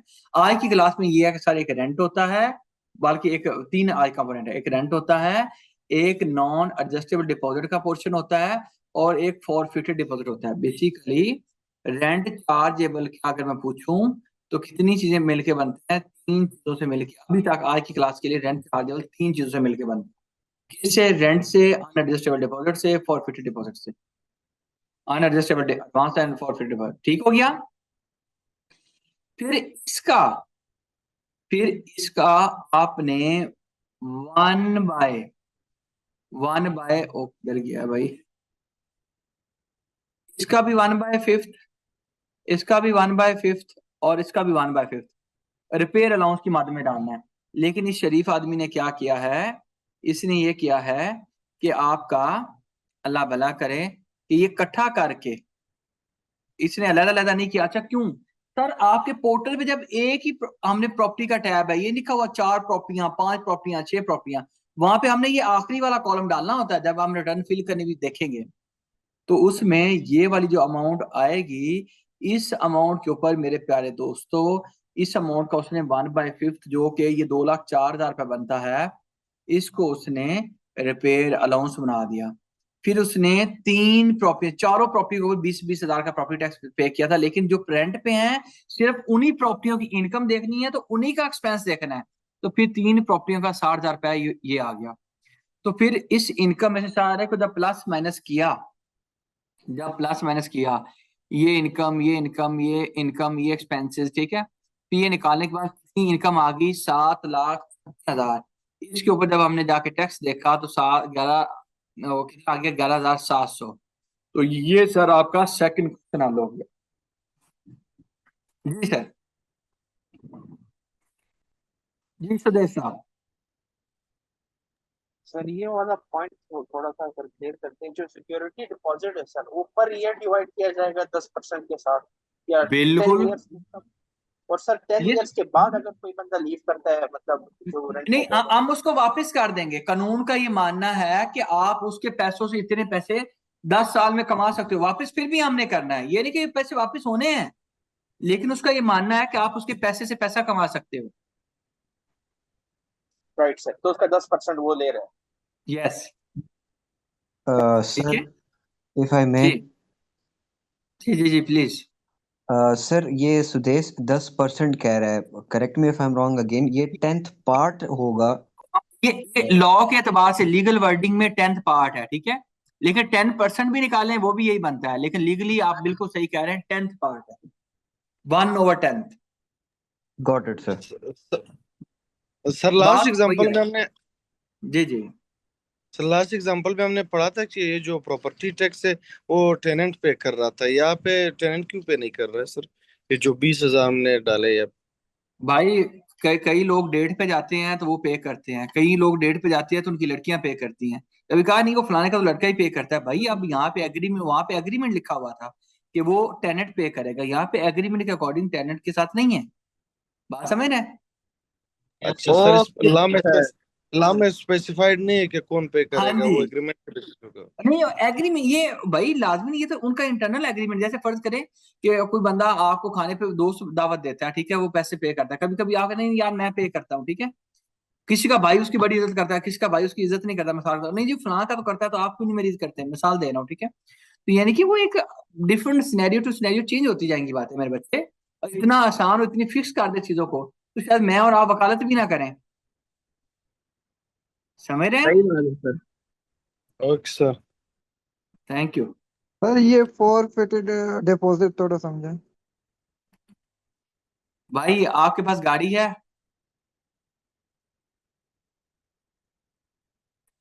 गाड़ी है या बाइक है या मोबाइल है, क्या चीज है? फिर बाइक के।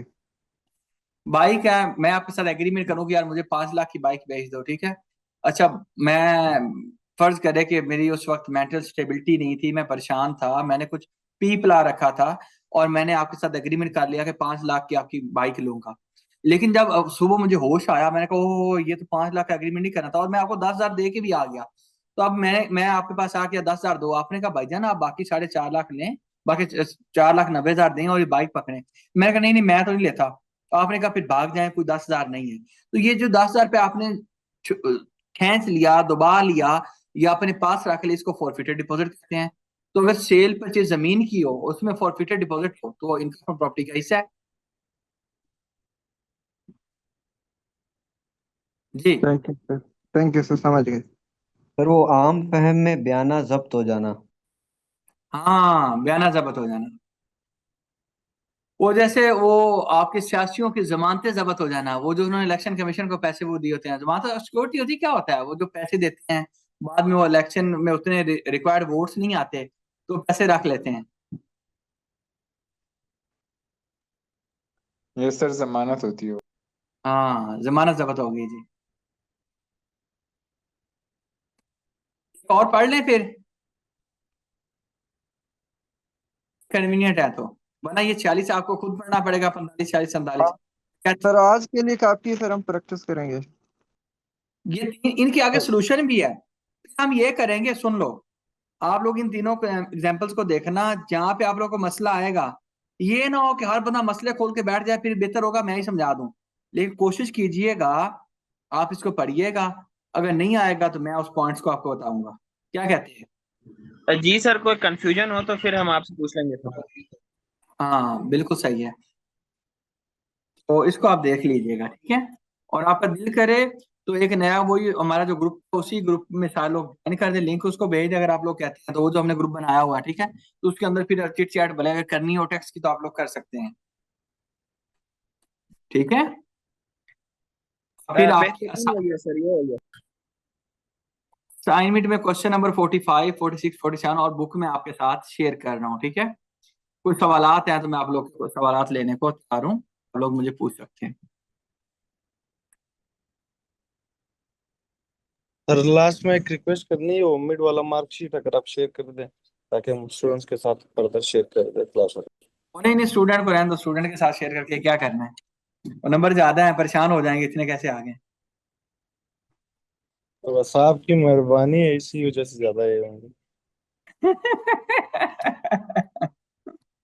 शुक्र करो मेहरबानी कर दी है, वरना आप लोगों ने मेहरबानी नहीं की थी, मजाक नहीं सर कर ये रहा। तौफीक होता सर है ना ये सर। सारे लास्ट सेमेस्टर वाले आपको दुआ देंगे। बस ऐसी दुआओं की वजह से मैं बैठा हूँ कि यार दुआ ही दे दें, बेहतर है, क्योंकि आप लोगों ने दुआ दुआ ही की है, दुआ ही की है, दुआ नहीं की।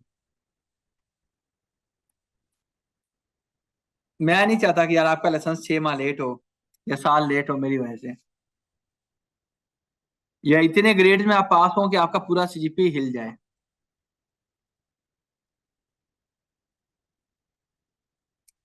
कोई क्वेश्चन है ठीक है, अदरवाइज मैं आपके साथ ये भेजता सर हूँ। सर नेक्स्ट सेमेस्टर में ये ऊपर भी नहीं होता ये कोर्स। ऊपर भी नहीं होता मतलब सर लास्ट सेमेस्टर में ये कोर्स ऑफर नहीं होता, किसी भी जूनियर, मतलब कोई भी जूनियर नहीं पढ़ता ये कोर्स। टेक्स्ट का? सर अगर हम 10th में होंगे ना, अगर खुदा न खास्ता किसी का ड्रॉप हो जाए तो फिर वो रह जाएगा, फिर 6 महीना वेट करना होगा। हाँ बिल्कुल सही कह रहे हो, ये यही चीज है जिसकी वजह से मैंने कहा यार चलो खैर है, अपने सर ही बच्चे छह हैं और महीने वेट करना पड़ेगा, फिर 6 महीने सेमेस्टर लगाना पड़ेगा, साल हो गया। हाँ साल हो गया। मेरे का दोस्त है, हमको आलस साहब का याद करने वाला, देखिए रहमत करे, वो ये कहते हैं वो गंदा है पर अपना ही बच्चा है ना, नलायक है अपना ही बच्चा है ना, सर फिर भी ये आप उस मेरे दिन जो दोस्त। आप सर ये जो उस दिन आप एग्जांपल दे रहे थे कि एक बंदे का सुप्रीम कोर्ट का लाइसेंस डिले हो गया टैक्स रिटर्न्स की वजह से, तो लड़कों का भी वही सीन हो जाएगा। हाँ वही सीन हो जाएगा। नहीं वो आपको ना, अदीब उसका नाम था, अदीब मिर्जा, अभी मुझे नाम भी याद आ गया, उसका नाम था अदीब मिर्जा, अदीब। अदीब साहब का सुप्रीम कोर्ट का स्कॉलरशिप का लेट भी हुआ, मसला है हमारा हमारा। लोअर कोर्ट का लेट हो जाएगा। हाँ आप लोग का लोअर कोर्ट का हो जाए, बस यही यही चीजें हैं जो मुझे ना बस रोक लेती हैं कि आपके साथ जुल्म ना करूं, वरना सुना था ना मुझे, वो जी वो लड़का कहता है कि ये तो नंबर मशहूर आदमी है। जी सर बिल्कुल। मैंने कहा सही है भाई।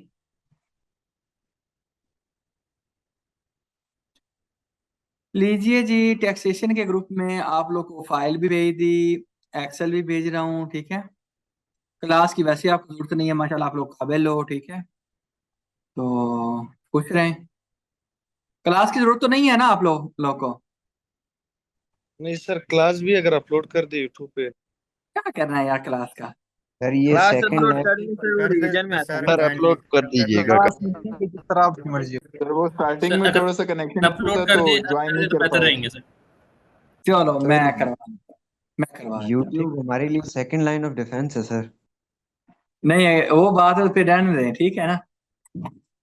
अल्लाह का शुक्र है कि मेरे पास ये एक चीज नहीं है, मेरे पास अल्लाह ने वो बड़ी चीजें दी हुई है, ठीक है ना। हाँ ये है कि इसको करना है, इसके ऊपर काम अभी।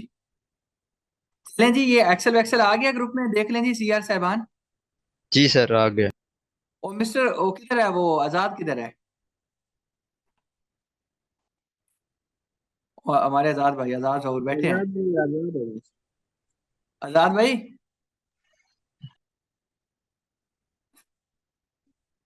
चलो यार, खुश रहो, ठीक है फिर। अल्लाह हाफिज। Okay sir. अल्लाह हाफिज, thank you so much. Thank you. Allah हाफिज सर, बहुत बहुत शुक्रिया। सर आजाद भाई जंग पे गए हैं। अब ये ना कहना कि आजाद आजादी भाई की उजाज जंग पे बने। सर, आजादी की जंग पे। ये आजाद भाई ने देख लिया ना, बाद में कुट पड़ेंगी। आजाद भाई क्या है, आजाद भाई आपकी तरह बहुत खतरनाक है सर। मेरी तरह? और मैंने तो जी यकीन सर, करो आपसे भी खतरनाक। ज्यादा खतरनाक है। अच्छा मेरे से भी खतरनाक है यार, शुक्र है, चलो मैं ये कम तो वेरी खतरनाक हूँ। डेंजरस है। बस जमीयत वालों से बच के रहना है आपने। आजाद भाई बहुत अच्छे हैं सर। अल्लाह हाफिज।